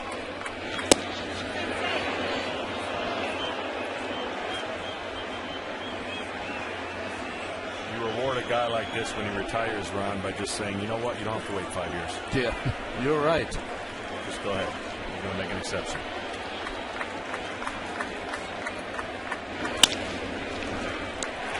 Robinson Cano will handle the first one. 1 down. This American League Championship Series coverage on TBS has been presented by Capital One Venture Card. The Yankees 2 outs away from sending this back to Texas for Game 6 on Friday night.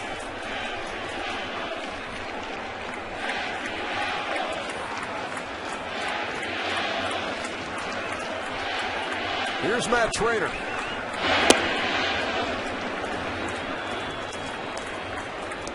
Trainer got him on the board in the 5th with a solo home run leading off the inning.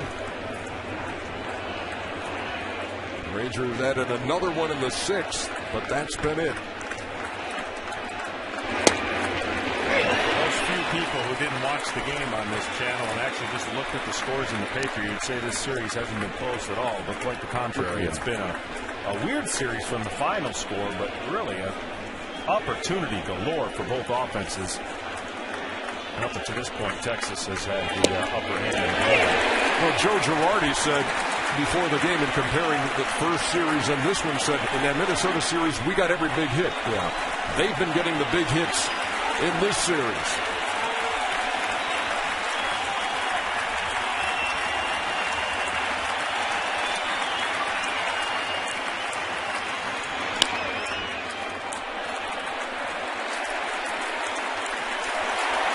Two up, two down.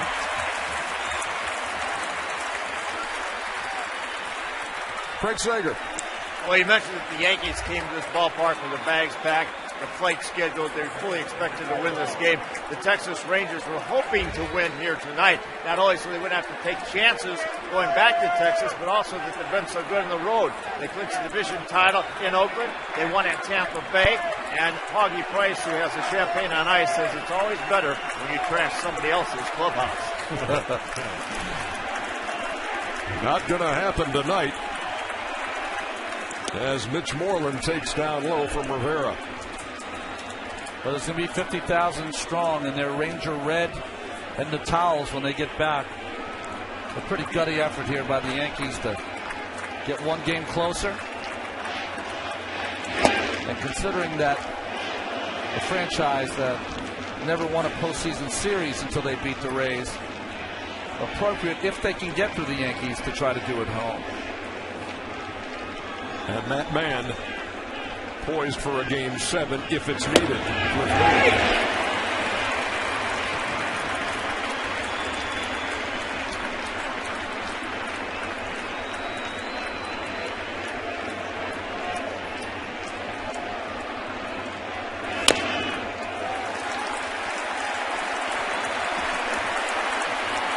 Strike away.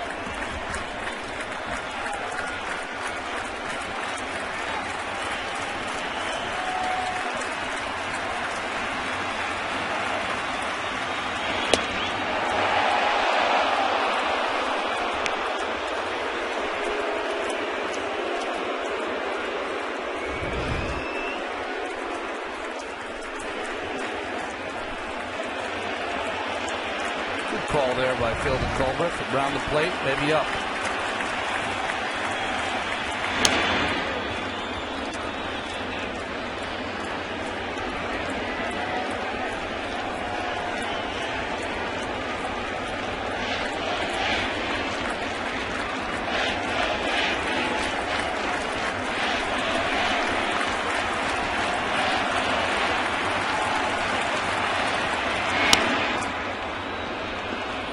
Battling with 2 out here in the 9th. The Yankees have only done this 3 times, been behind 3-1. The time they came back to win it was 1958. Both those games on the road in Milwaukee.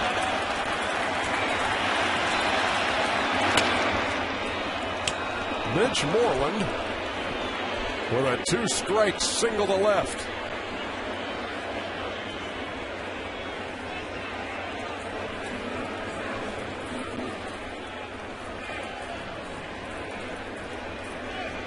So in a 5-run game in the 9th, a runner at first with 2 down.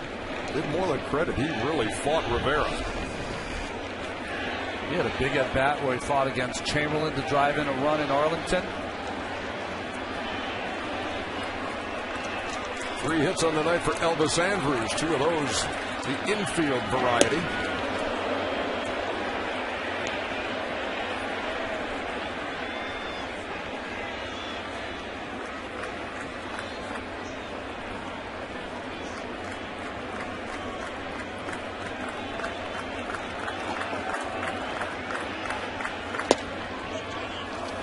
But after his last infield single in the 7th, he had gone to second on a wild pitch, and Kerry Wood got him.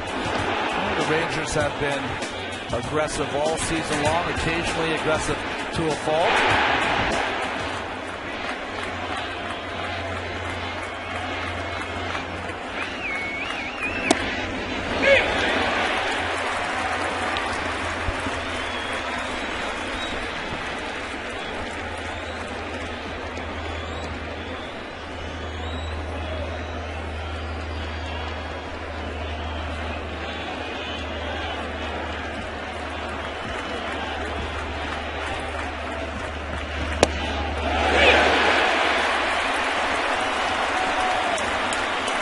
Again, Rivera and the Yankees a strike away.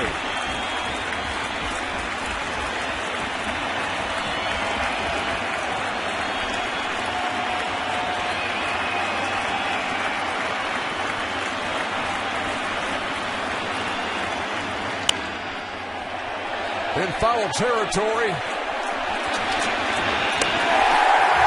there will be a Game 6 in Arlington.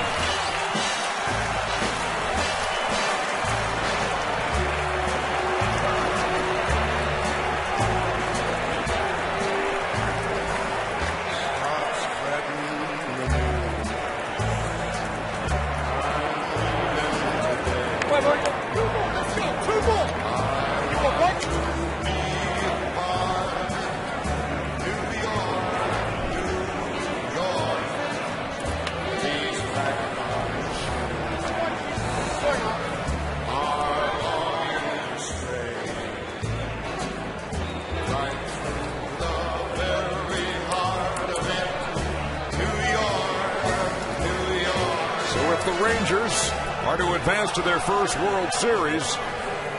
They'll have the chance to do it at home. Mo and the Yankees staring elimination in the face. Dodge it here at Yankee Stadium. It's 3-2 as we go to Craig Sager. Well, few people come to the ballpark with more enthusiasm than Nick Swisher. What was it like facing elimination game here down 3-1 today? You know, we knew it was do or die, and to be able to come out and play the way we did today just shows how resilient this team is. You know, we never feel like we're out of anything, and that's a great attitude to have. You've been struggling all year against Texas, also in this series, but tonight you seem to really have the focus. You got the home run. What was different? I appreciate you bringing that up, but no. I mean, it's not an individual game. It's a team thing. You know, when we go out and we play hard every day, We got great pitching tonight from our big man, and just looking to push this game, one more game, and then we got one more after that. I was trying to emphasize the home run. I wasn't trying to talk about your struggles. What did that feel like? That was great. You know, the way C.J. Wilson's been pitching all year long, to be able to get some hits like that, like we did, and to be able to keep adding on like we did all game, that was good Yankee baseball today, so we just want to continue to keep that going. Where's your confidence level now, down 3-2 going to Texas? You know, we feel great, just like it was coming into the ballpark today. I mean, we know if we lose, we're done. So we're going out there, we're giving it everything we got, and we'll see where this thing's going to take us. All right, I see you're still enthusiastic. Back to you. All right, man. See you, AJ. Thank you very much, Craig. So what you doing Friday night, folks? Join us on TBS for Game 6 between the Yankees and the Rangers. Coverage begins at 7:30 Eastern with TBS MLB on deck. Presented by G. For Ron Darling and John Smoltz, and for Craig Sager and the rest of the crew, this is Ernie Johnson saying good night from New York. TBS is your exclusive home for the American League Championship Series. After the break, stay tuned for Inside MLB, presented by Captain Morgan. And remember, to drink responsibly. See you in Texas.